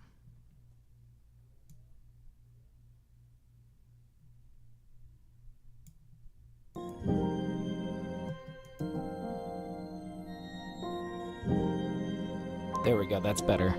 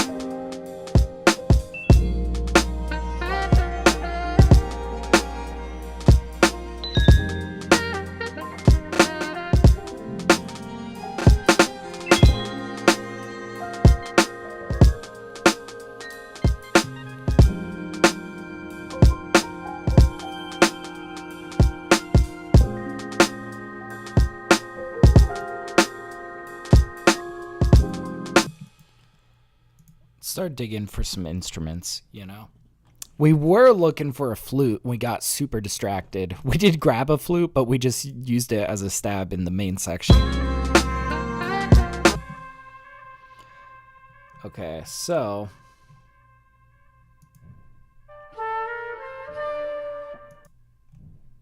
Jesus. What is going on? I'm hearing banging and the whole apartment building is shaking.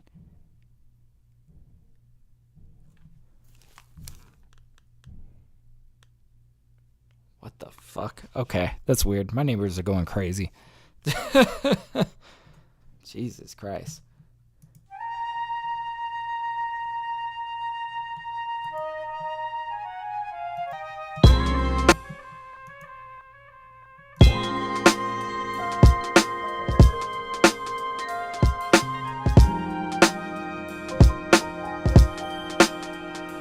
Ooh.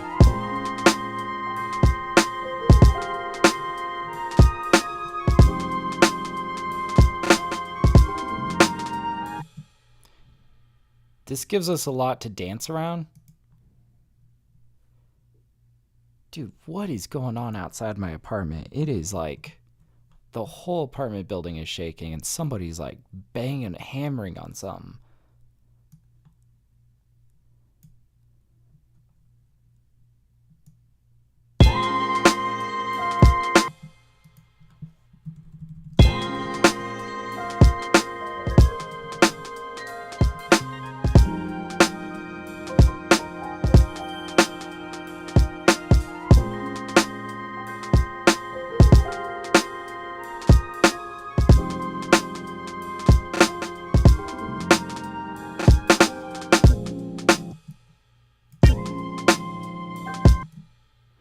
I think we do want to fit this in here. This is like naturally tilted to the right quite a bit. I bet that there's kind of a cool way that we could like kind of balance all of these details that we have in here.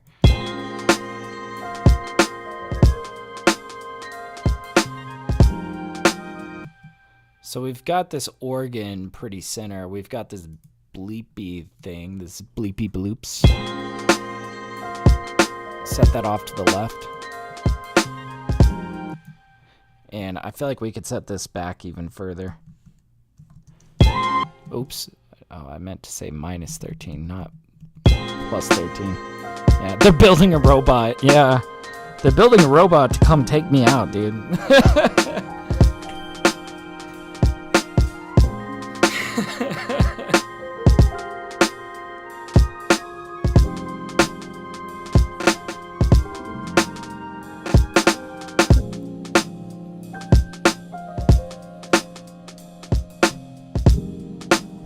What if we had like a different saxophone part that this traded off with?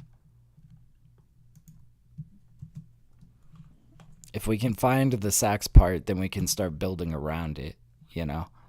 This one we did kind of weird. We built it backwards. We did all the layers, and then we found a flute sample that actually like fit with this pretty nicely. But we'll do the other one the right way. Let's see. I just have a hunch this is going to be a really fun one to mix because, like, man, I've got all the ingredients here to really come up with something super engaging and full sounding, right? Let's see. Saxophone. We'll go to R&B again. We've been finding some gold in the R&B section. Where is it? There it is.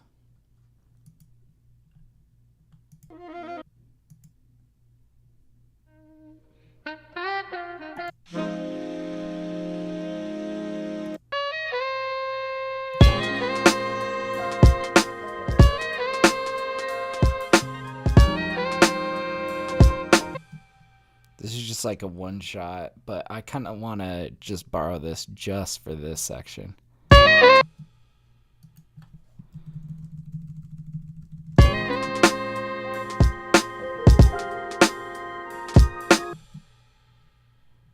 And then delay this out.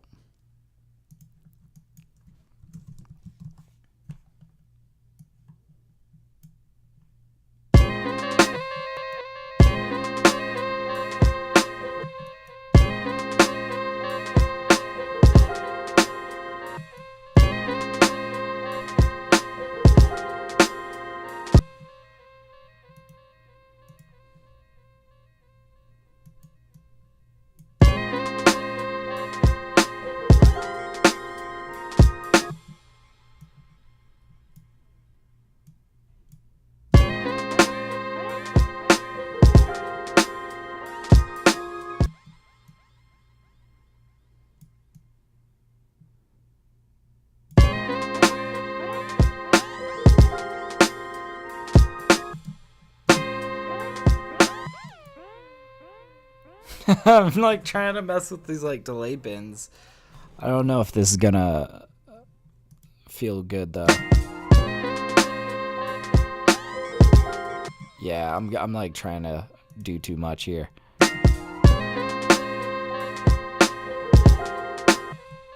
I'm thinking we'll set this more in the left ear. But we've got that ping pong delay on it, so it kind of like surrounds us a bit.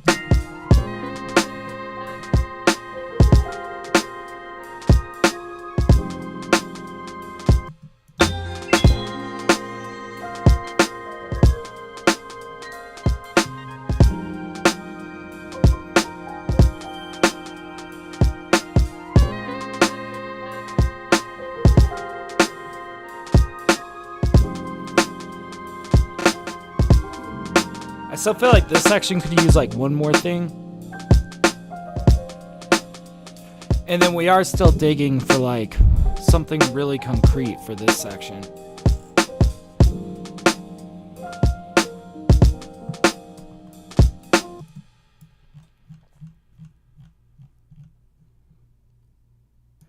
All right, I need to just hear this all in context.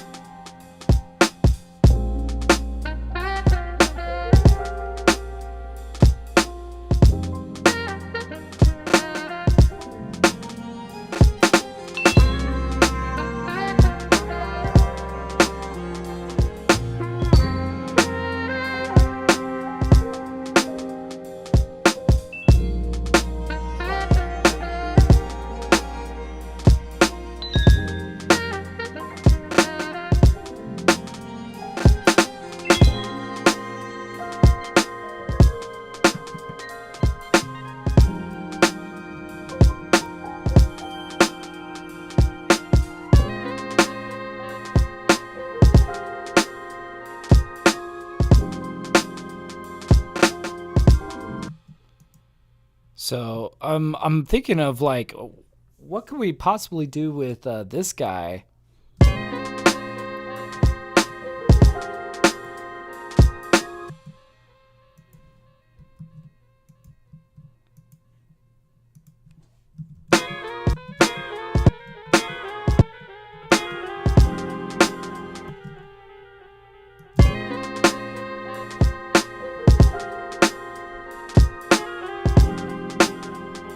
Oh, there we go.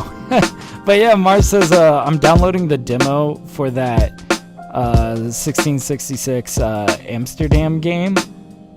I want to see what this is all about. I can't say I've even heard of this. What kind of game is it?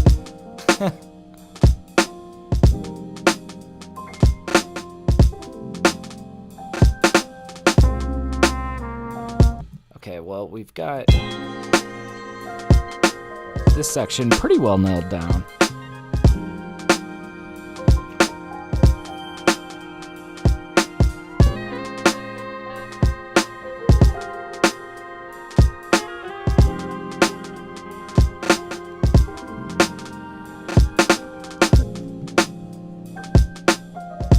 And then we need something really concrete for over here.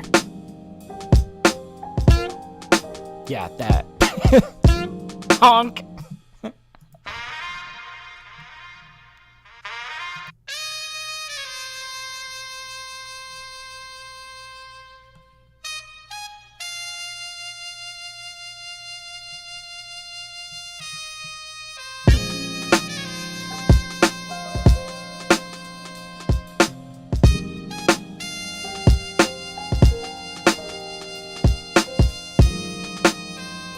It's not bad. But yeah, he says, I guess it's about witches? It was on the Summer Games Fest show yesterday. Interesting. Okay. Gameplay-wise, like, what is it like? Is it like an RPG or like... the demo alone is 15 gigabytes. Hey, there you go. Must be something a little bit beefy.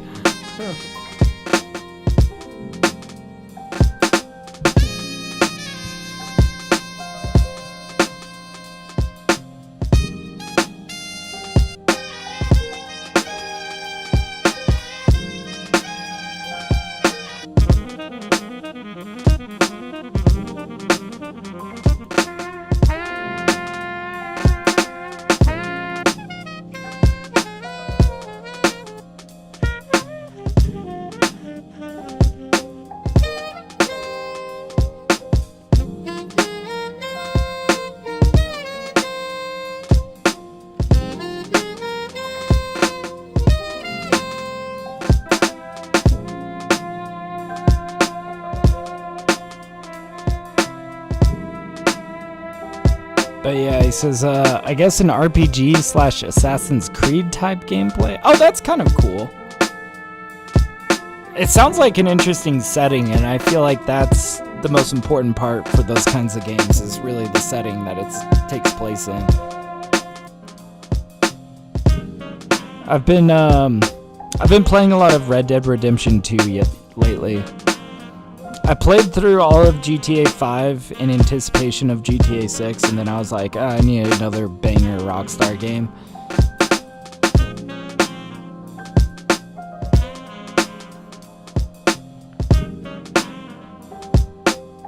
I've also been playing lots of Luigi's Mansion lately. I don't know. I recently got Luigi's Mansion 3 on Switch.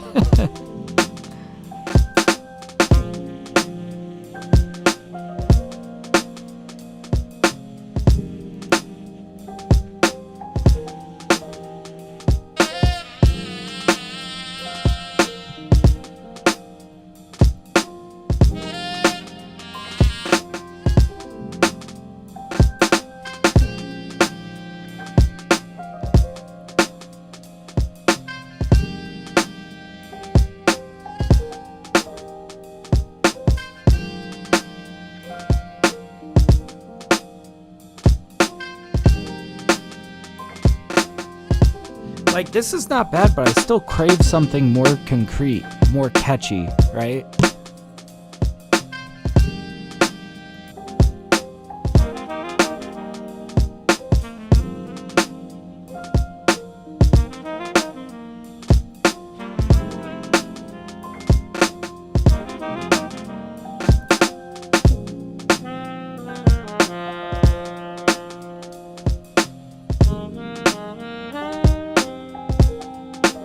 Oh, I've sampled this before, but...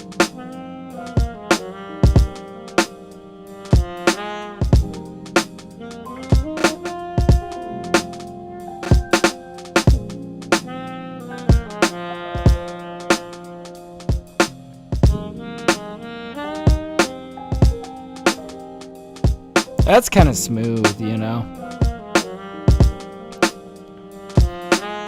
But yeah, the trailer is weird. He says, I don't know, it seems like a lot of organizations are pushing Satanism lately. Oh man. I'm checking it out to see if it's any good or just message pushing. You think people are pushing Satanism?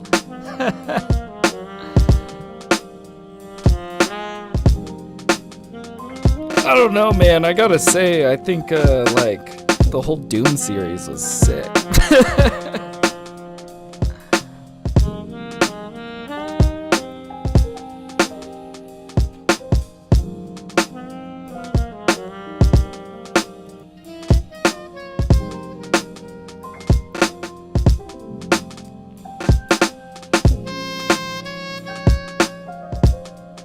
But yeah. He says, yes, I do. I'm curious, who would be pushing Satanism?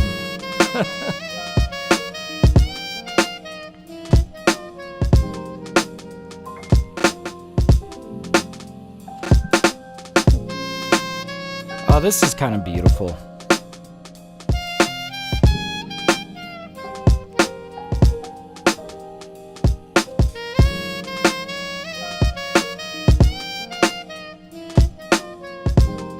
Oh, this might be kind of cool. Yeah, Doom is cool, but it gives me a headache. All the flashing lights. Yeah, it's really, like, fucking fast-paced, dude. I kind of like it because, yeah, it's definitely, like, you gotta be in the mood for it. But the way that the gameplay works in Doom is pretty fun, just in that, like, you get more, like health and ammo the more that you move, like the faster that you can move through enemies, right? So it's kind of a mad dash, and I kind of like that gameplay loop. It's pretty fun.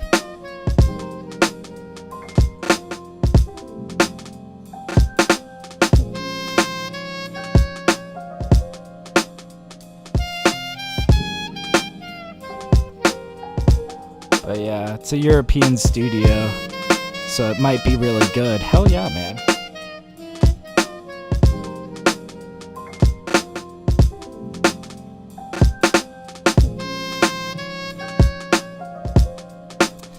Like, this might work.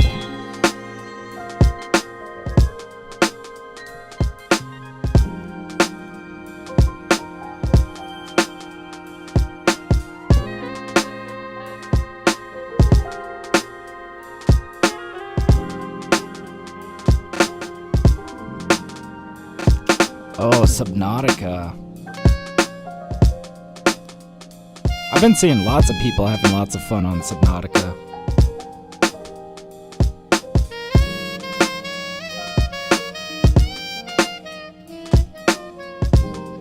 Okay, I think that this is it right here.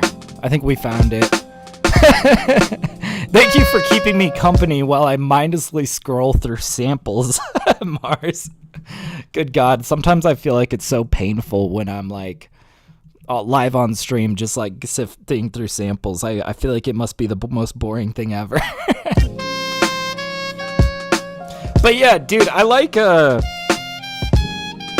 games like Subnautica. Like, I can't say I've ever played it, but I don't know, I kind of like world builders. Let's make this sound even more immaculate. We're going to apply a little bit of compression and a little bit of reverb.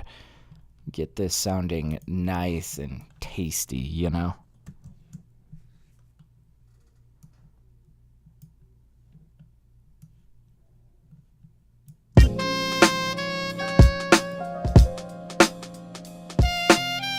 So here we're just kind of bringing the ceiling and the floor a little bit closer together.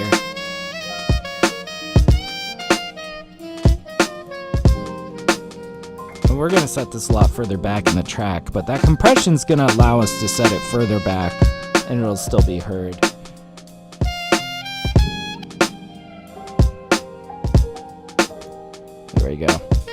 But yeah, Mara says, I'm not big on building games, but Subnautica is really fun. There you go, man. Yeah.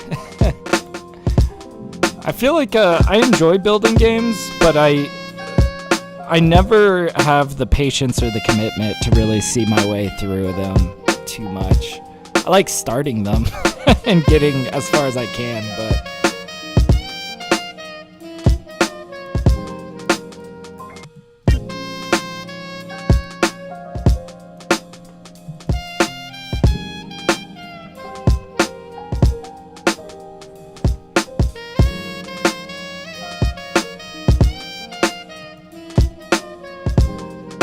Here we go. We got something solid here. Now we can kind of dress it up around it.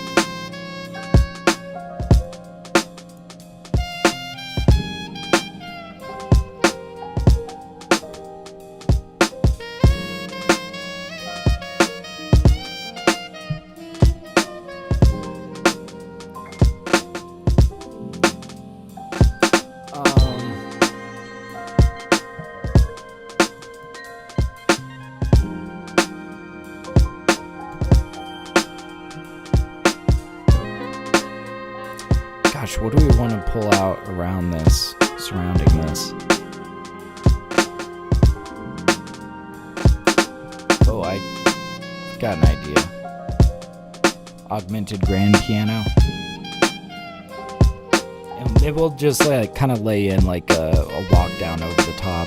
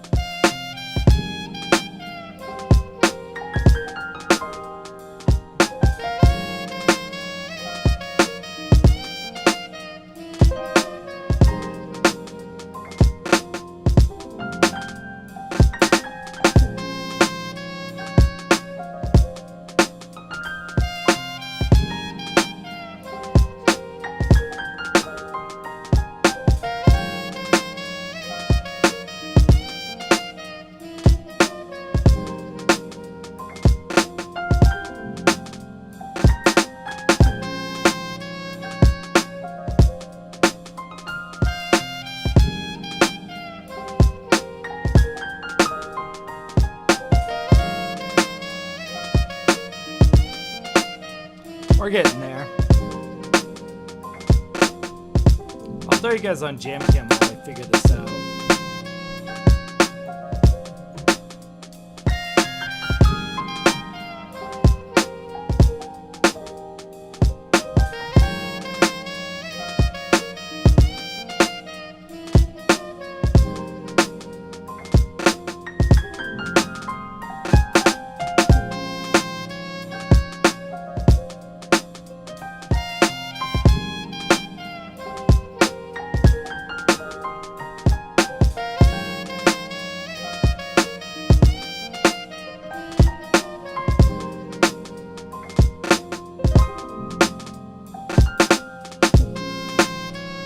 God, we were like close on that. I wasn't quite a huge fan of how that ended, but I liked...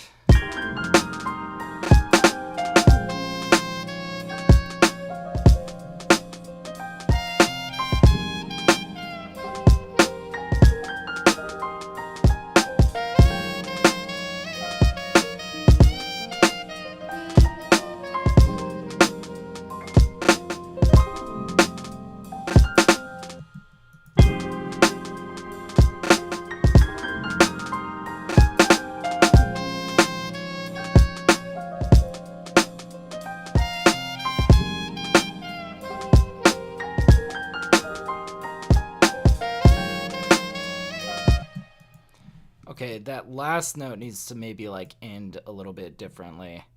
I'll throw you guys back in here, but we'll see. And then we'll probably like re-record what we're doing in this section, right? So we'll get rid of these, and I think we're gonna play with like that last note.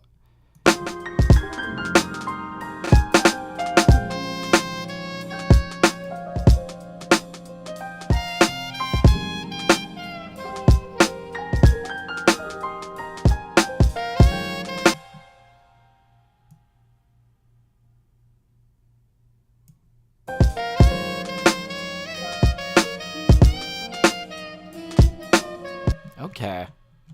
Not bad, not bad.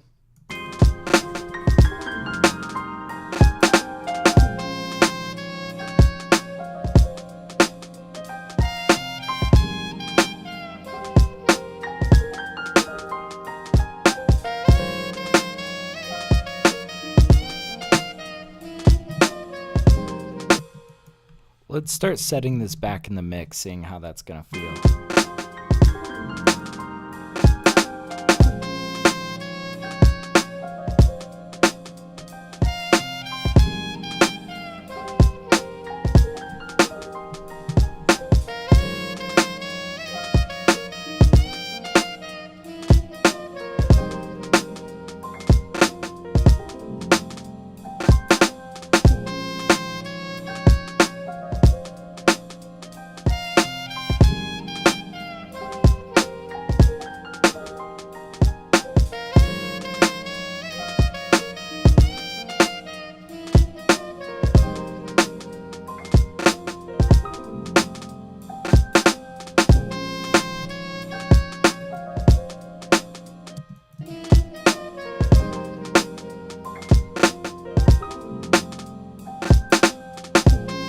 Ah, that's pretty slick. Okay. Oh, man, we are making progress here. Okay, so I think we need context. We need context and start building out the arrangement a little bit further.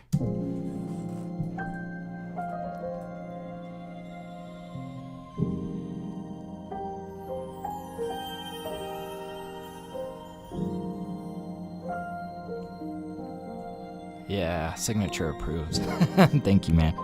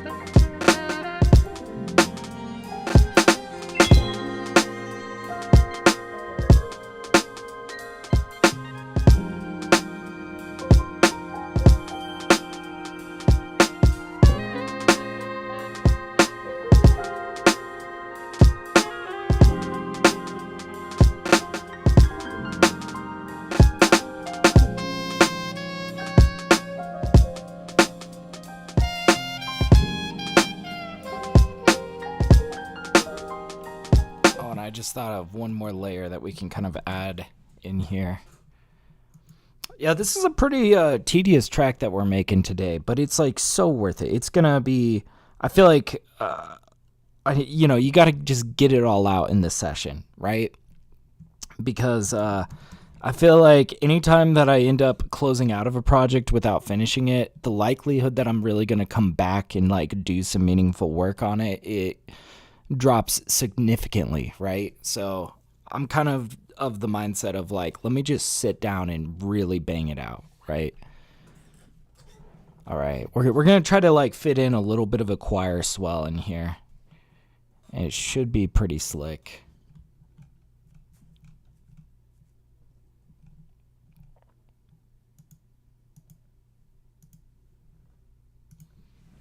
Okay, so I'll have to figure out.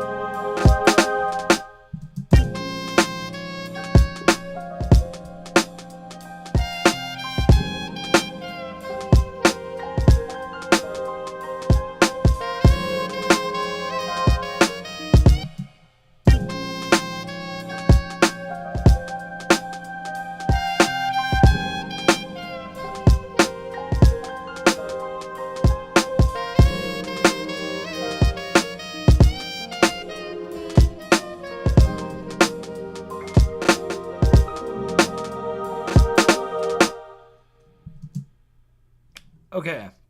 Well, if anything I've learned, like these two notes.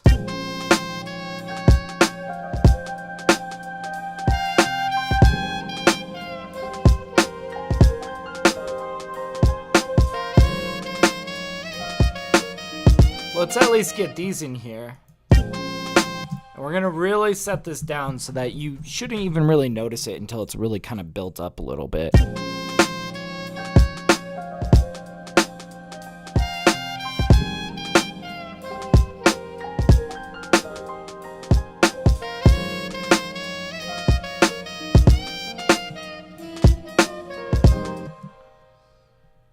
What else can we fit in here? Maybe like this little string swell on the outro. Yeah, there's this one sample that I like to use.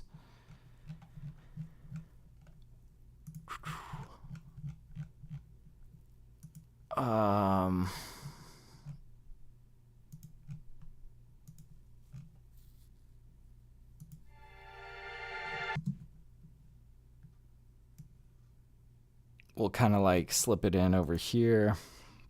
Let's get rid of the warping for now.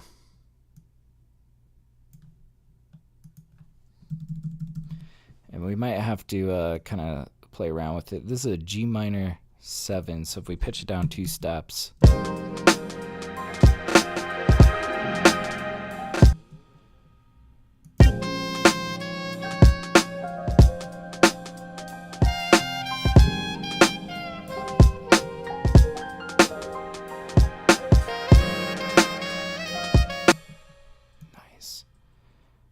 Gotta position this a little bit better.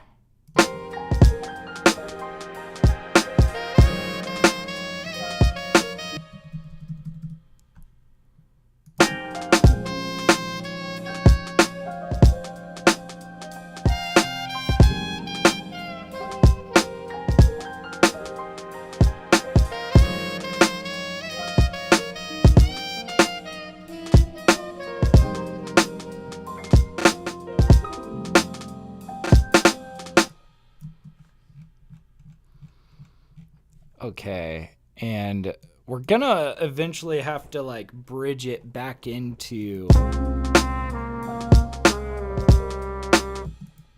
So what if we had like a string section that kind of led us to a bridge, which then eventually brought us back around into the track?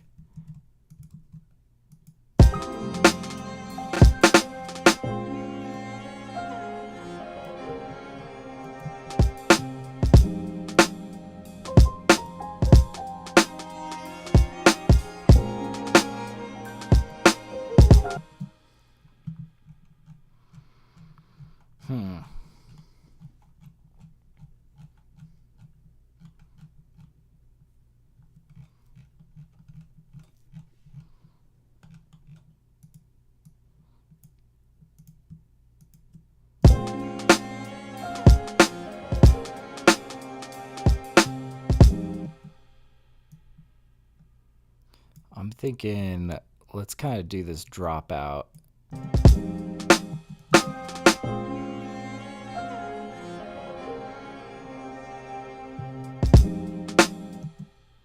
Might need to like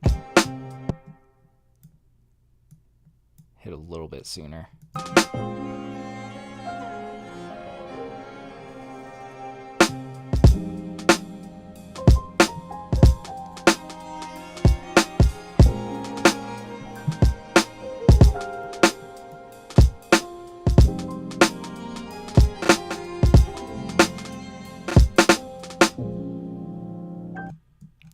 And then I kind of like, it's like we have a little bridge section into something a little bit more low key, and then we'll like sweep them up into. Okay, sorry, I'm like thinking out loud here.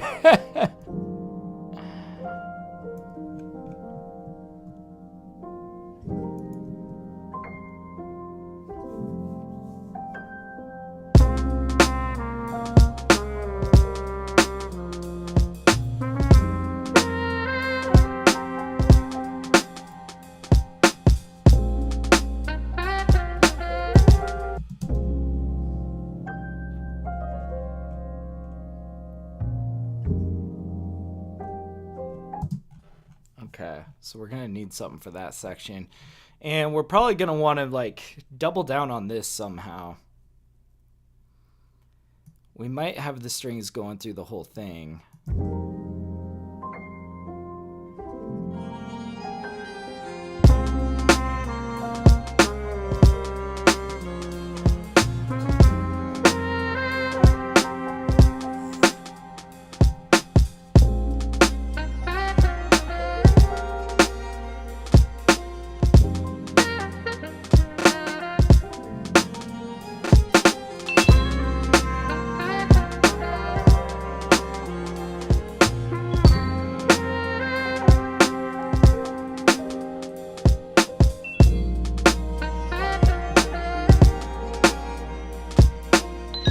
Oh no, the arrangement is getting a little bit long, right?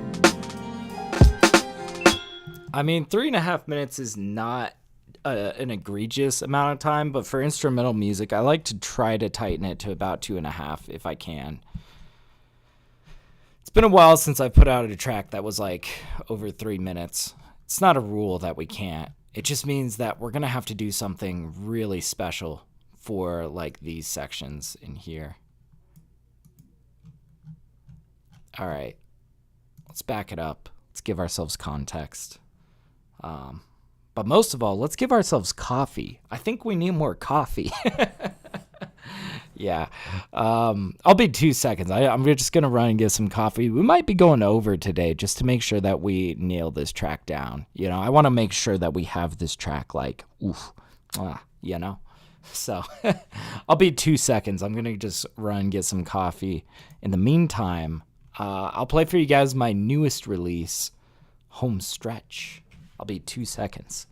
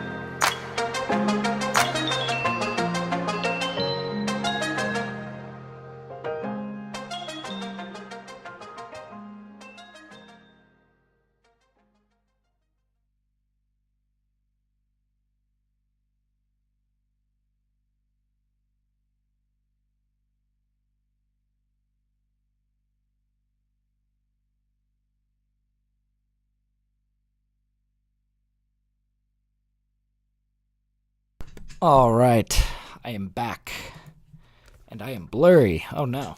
Let me fix this real quick. Oh wait, it is adjusted perfectly. Okay, cool.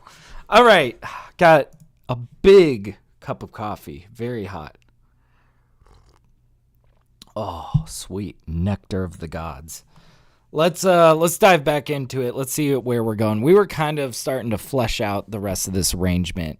Now I need context, and now that I've got my coffee, I'm like ready to slam dunk this track. Let's do it.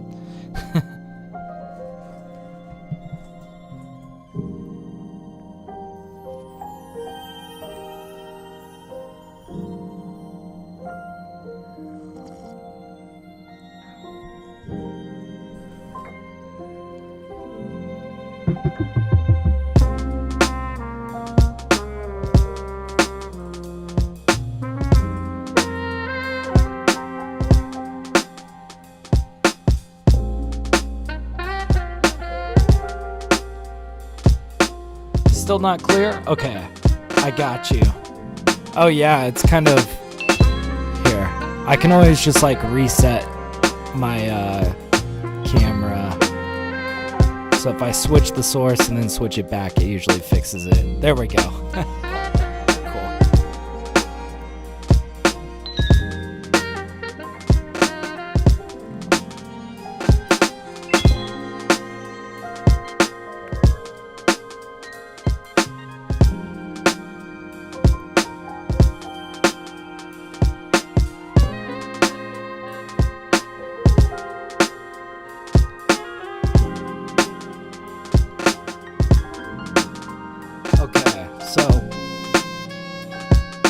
Feeling pretty confident up through this section.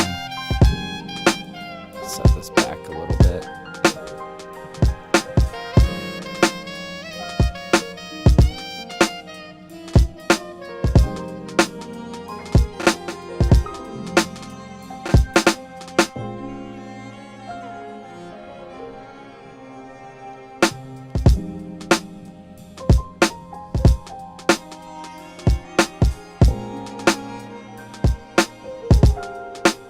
I've got a bit of an idea.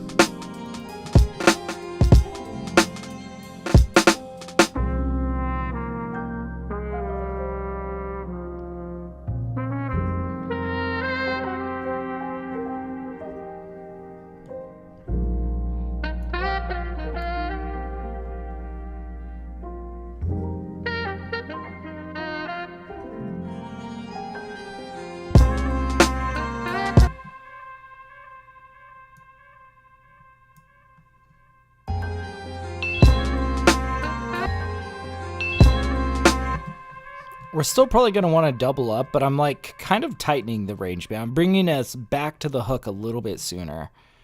I think I might want to even borrow this little lead in if we are going to drop them out for a full 8 bars.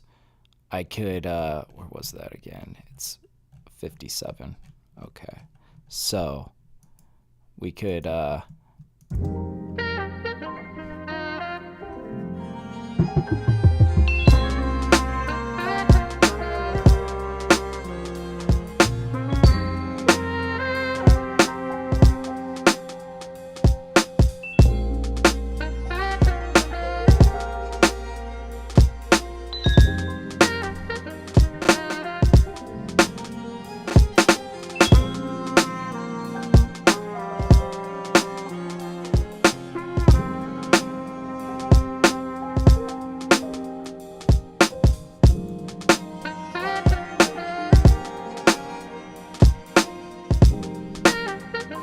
and I was almost thinking like we could fade out drums. Oh, how much do I want to drag this out? You see, this is like where I'm like kind of torn. I kind of want to leave them on. Fade here.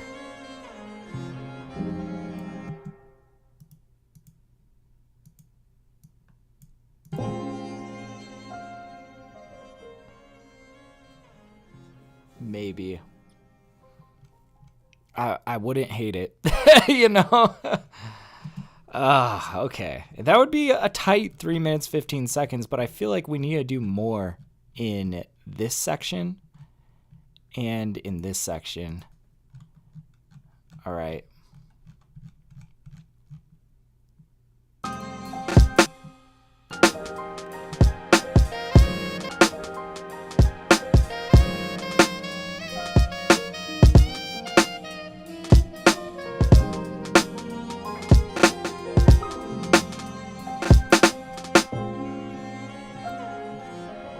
So if we're gonna give them one additional section like this, we need one more MIDI element. I'm thinking something live instrumentation.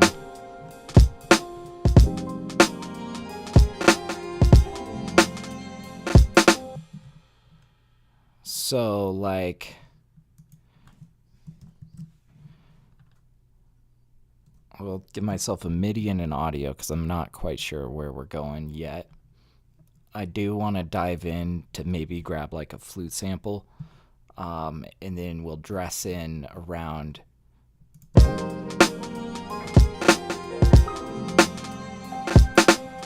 here.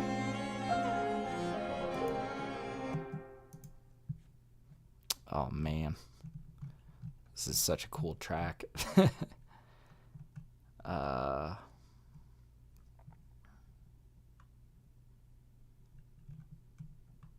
Flute. Here we go. Go back to R&B. We had already sifted through a decent amount, so I'm going to kind of skip down here.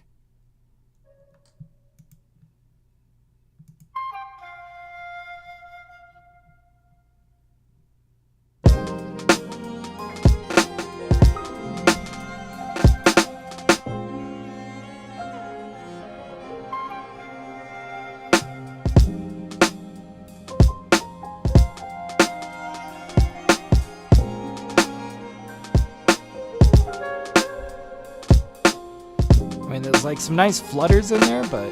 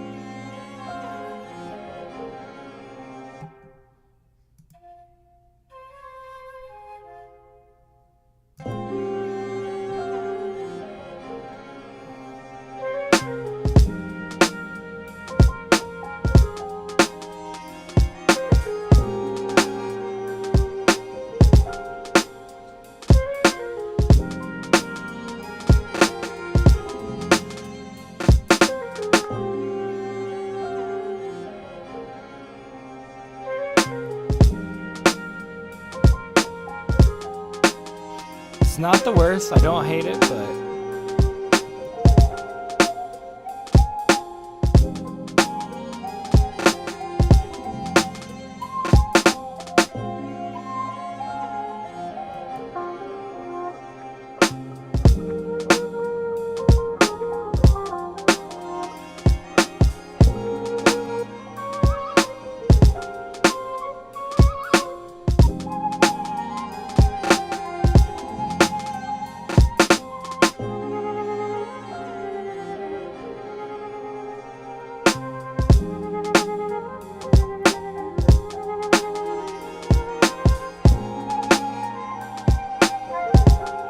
there's something buried in here.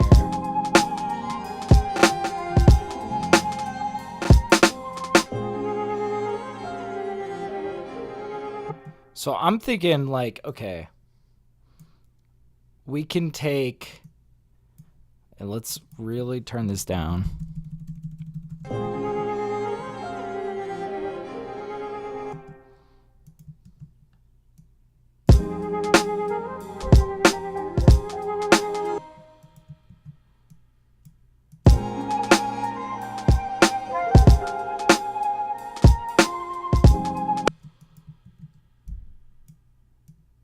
Approximately something like this. And we'll like delay this out. Okay.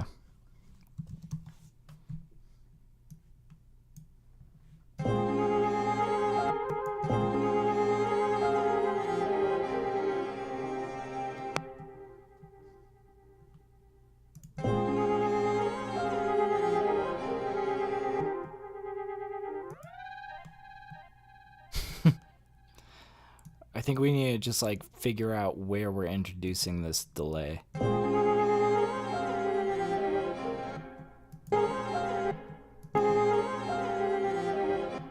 I want to catch this little lick.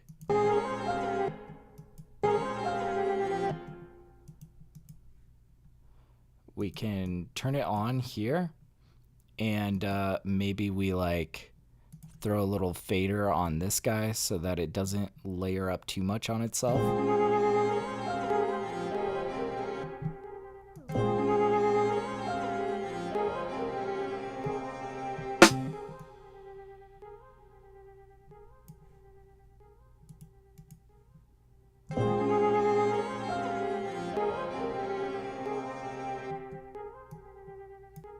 Okay, so a couple things about this. You'll notice that click. Also, I feel like this fades too much.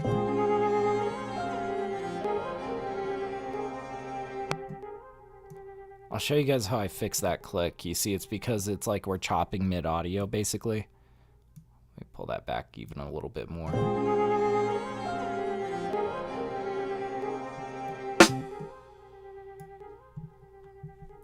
So let's find where we're doing this. So right here at this point is where we're basically chopping. You know, this is where we set the delay. To get rid of that click, we need to force this to be at a 0 point.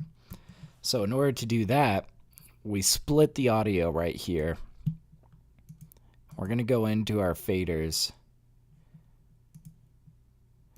and we're going to give ourselves a little bit of fade in between these so that right where it splits should be forced to be at the 0 point. Sometimes this is a little finicky though when you do this with delays. Let's just see what it sounds like. Perfect.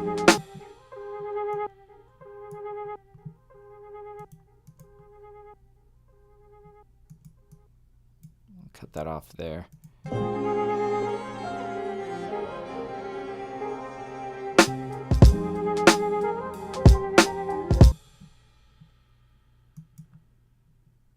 Ooh, where does that go to?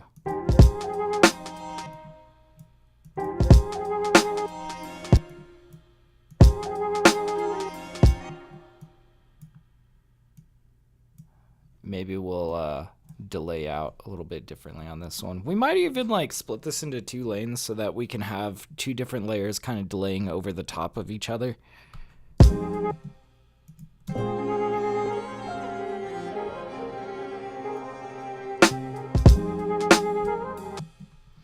That way we don't have to like turn this off when we get into the next guy. So yeah, let's just go ahead and do this. We're going to do this in 2 lanes.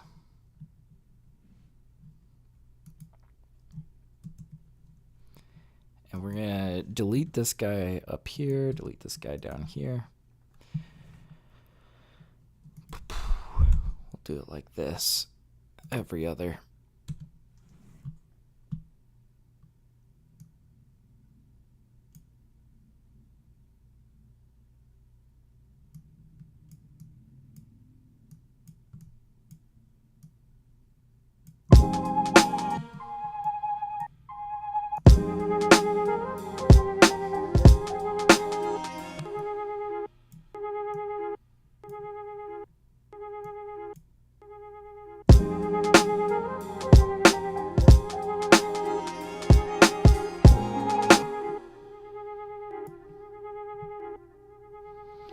That's not bad.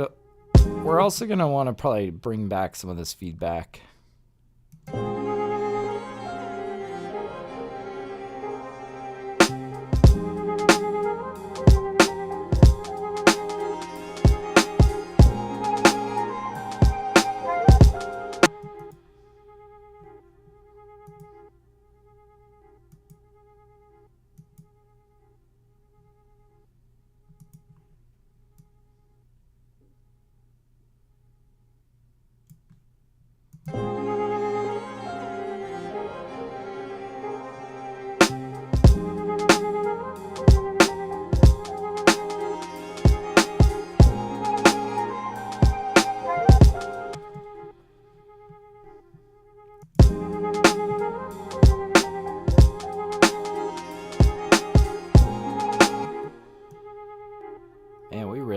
turn down the feedback on these.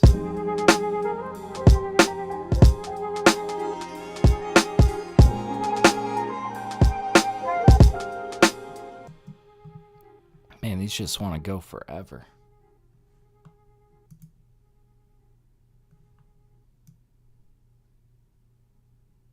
I'm going to set it down really low to like 20.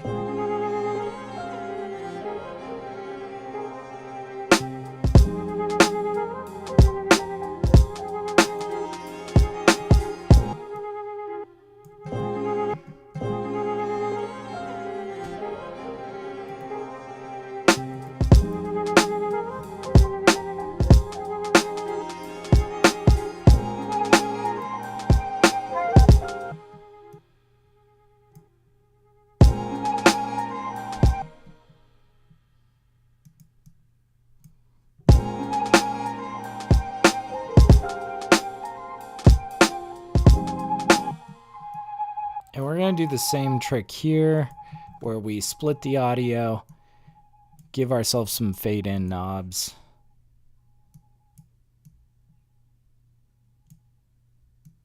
Shouldn't take much to get ourselves a better 0 point.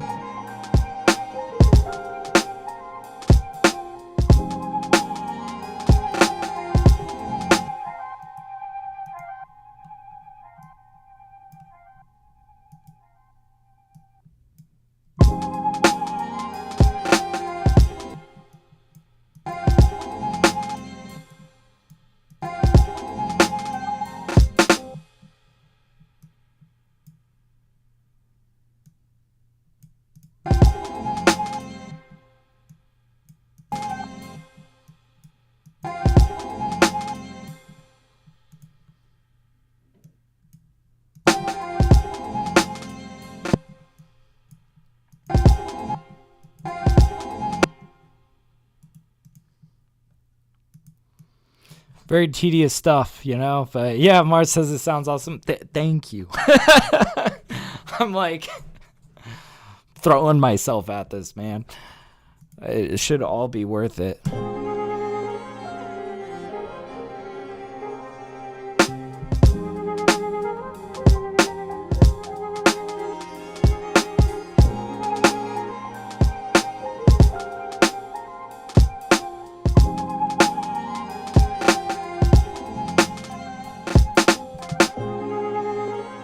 Not quite on that last one. We haven't quite hit that yet.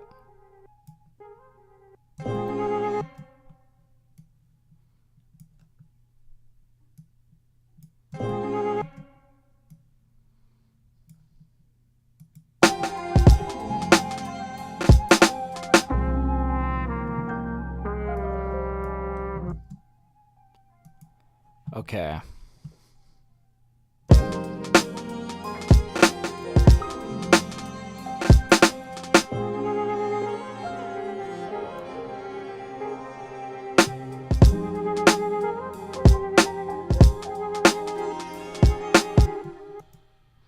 See, this is where we gotta get a little bit tedious here. Kind of giving ourselves some sliders, and then we're gonna do that same chop technique just to make sure we get a perfect delay. But yeah, catch you guys in the week. Yeah, absolutely, man. Thanks for popping in, dude. I'm going over today. I'm like I think I gotta sit my butt down in this seat until this is done.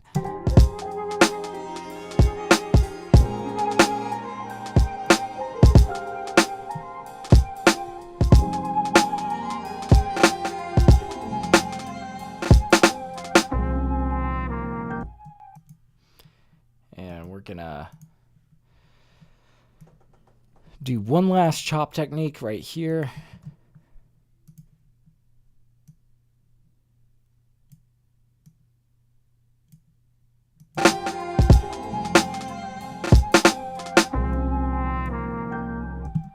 We're also going to turn down the dry wet of these like a little bit. Turn it down 10%.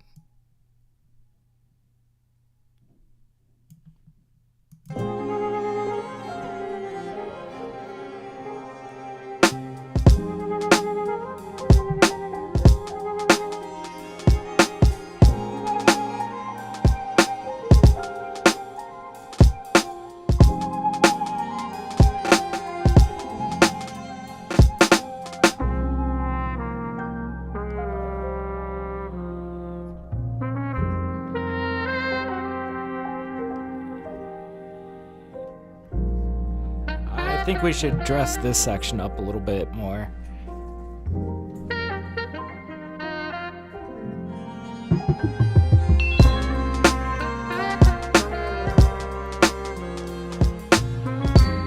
So once we finish out this arrangement, we should go back and add cymbals and risers, you know, to really help push the motion of the track.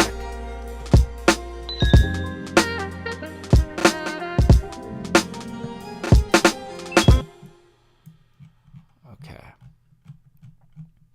All right, which, speaking of which, I think we should kind of back this out and just give it a listen through now that we've like completed a section. See if it's lacking in comparison or anything.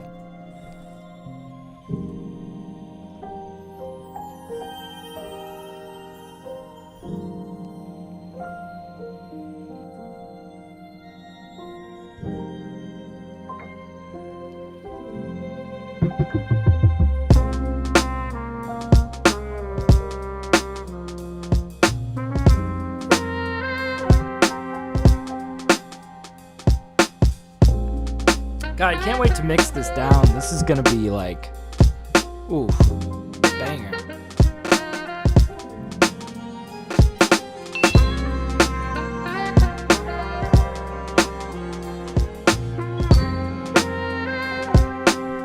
I just realized that that overlap kind of feels a little bit awkward.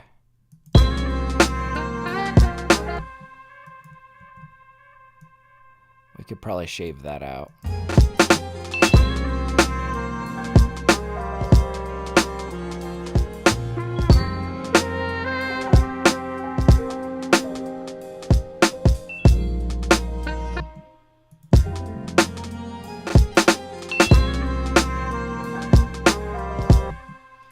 Maybe we slide this back one to kind of layer it.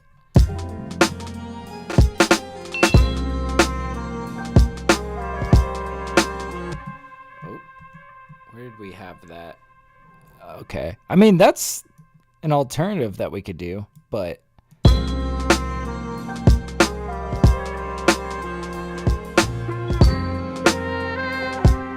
that's much better. Okay.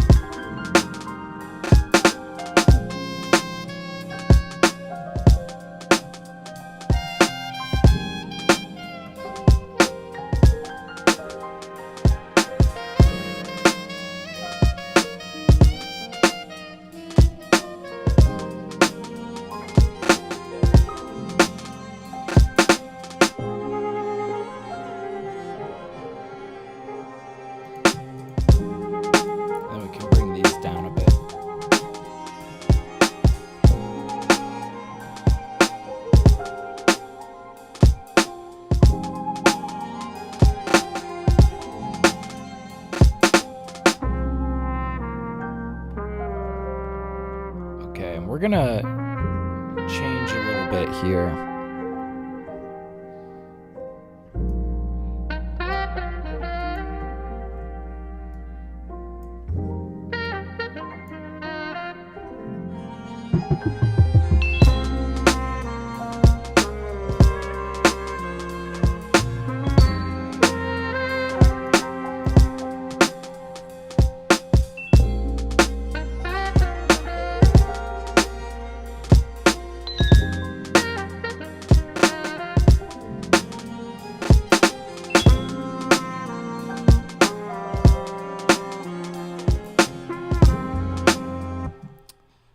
Gosh, and we might end it a little bit earlier, that like right around here. Okay. Yeah, I feel like in any which way that we can kind of shave down the arrangement would be really to our advantage.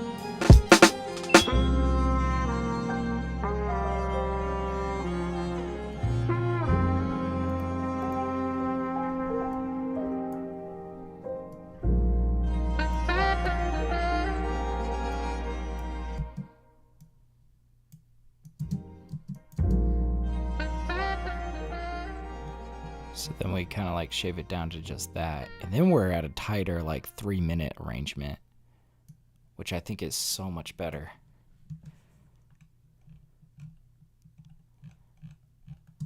Now, the question is, do we want to like layer the drums on the outro? Do we want this to like maybe fade out in this section? And then we'll kind of see.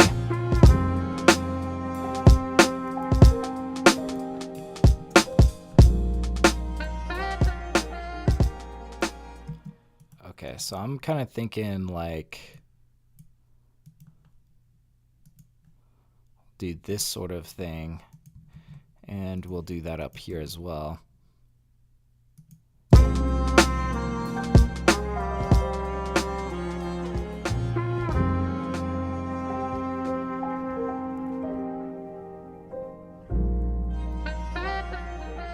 Okay, so now we got this nice layered like outro.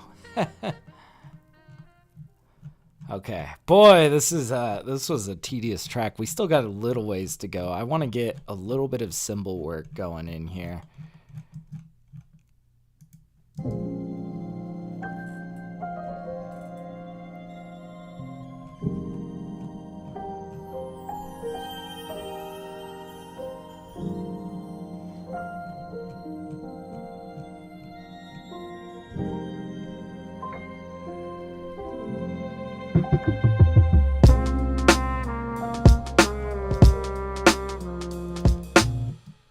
See, we didn't end up using this track. We can just go ahead and get rid of them.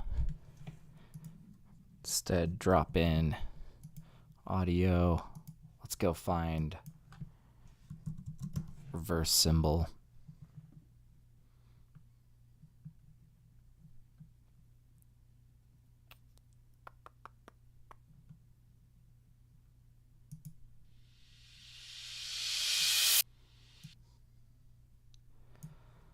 Something like this. Let's unwarp that. We're going to set them like right up against here.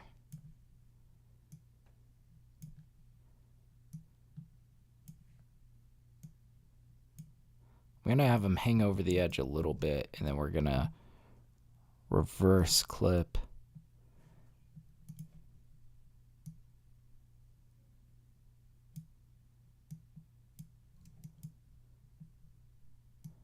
In fact, we might do a little bit more extreme connecting these two. Okay, we'll turn this down.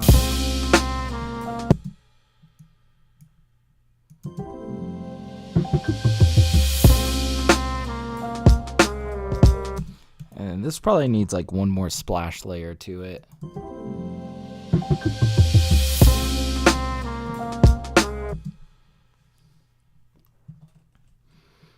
In fact, let's go digging for some new cymbals. I think I just need like a much longer sort of crash sizzle cymbal. Let's see. Do I have anything that I've used?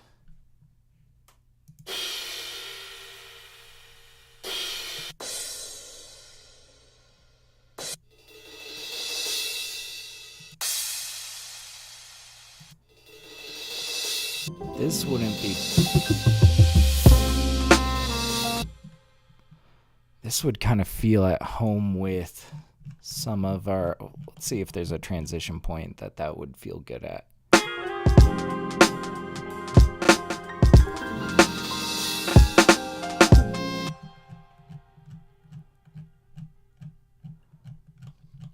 See, it's all about these like small transitions that really kind of helps push the track along.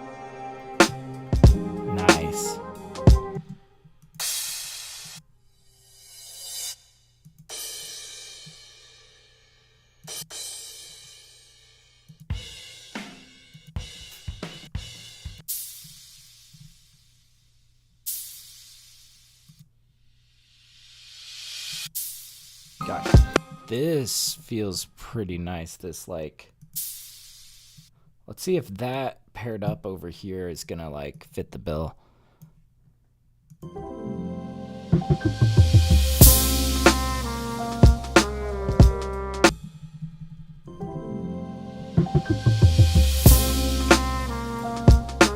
I like that combo. That's good.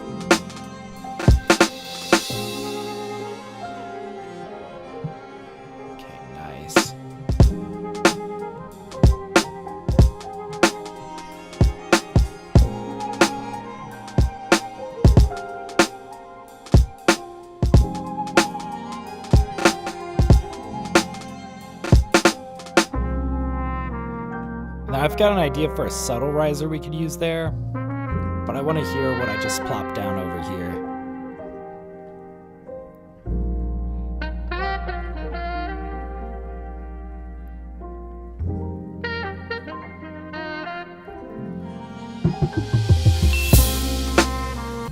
You know what we could use for some texture over here? It was this like pad that we used in the intro.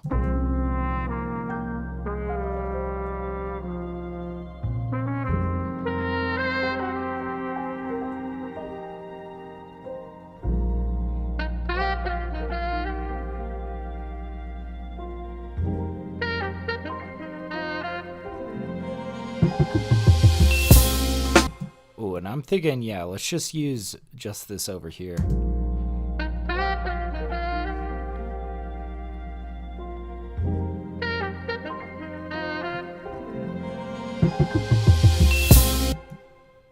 Some chimes for texture. See, we're starting to snap into place.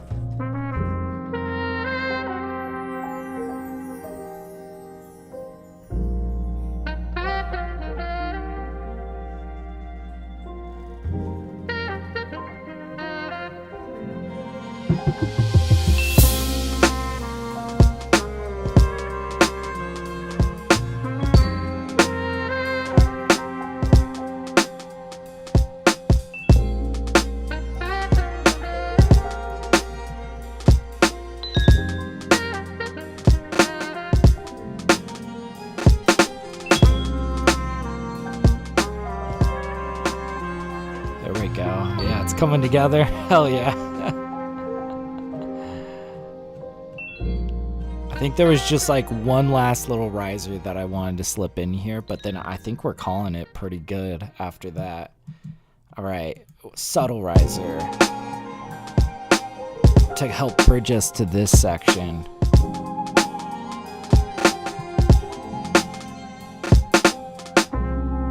Yeah, right there. So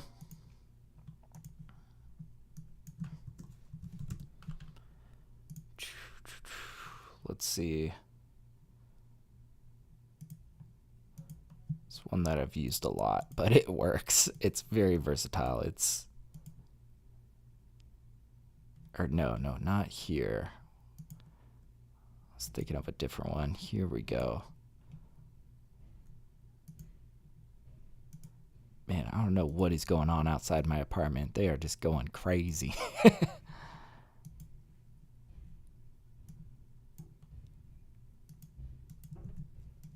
Jesus. I swear, somebody must be moving in next door, I think. But yeah, Mars says, I just finished the prologue demo for 1666. That was wild. Yeah? Do I need to go check it out? Man.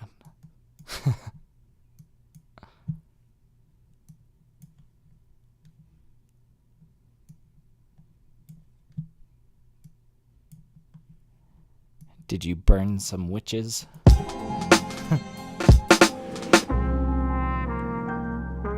They're adding a new apartment. Yo, for real. That's what it sounds like. They're just building on another apartment next door.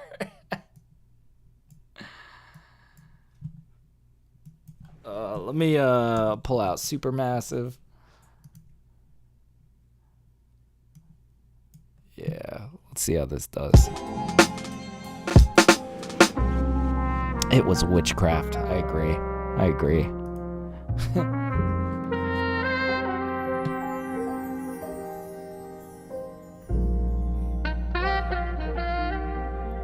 Okay, I think we've pretty much got this. Let's run it back. Let's save it. It's going to take 10 years to save this project, but whatever. Let's press play and let's hear it. But yeah, I might have to check it out. No, you are the witch. Oh no. I see. Okay. Oh, hell yeah, witch RPG.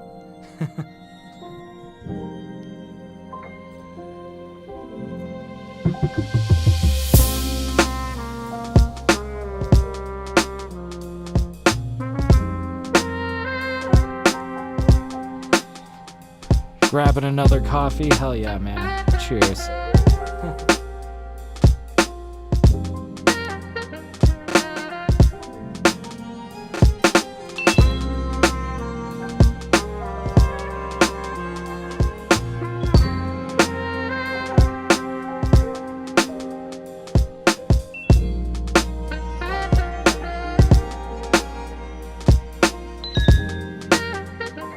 Downloading the beta for Mortal Shell 2. Okay.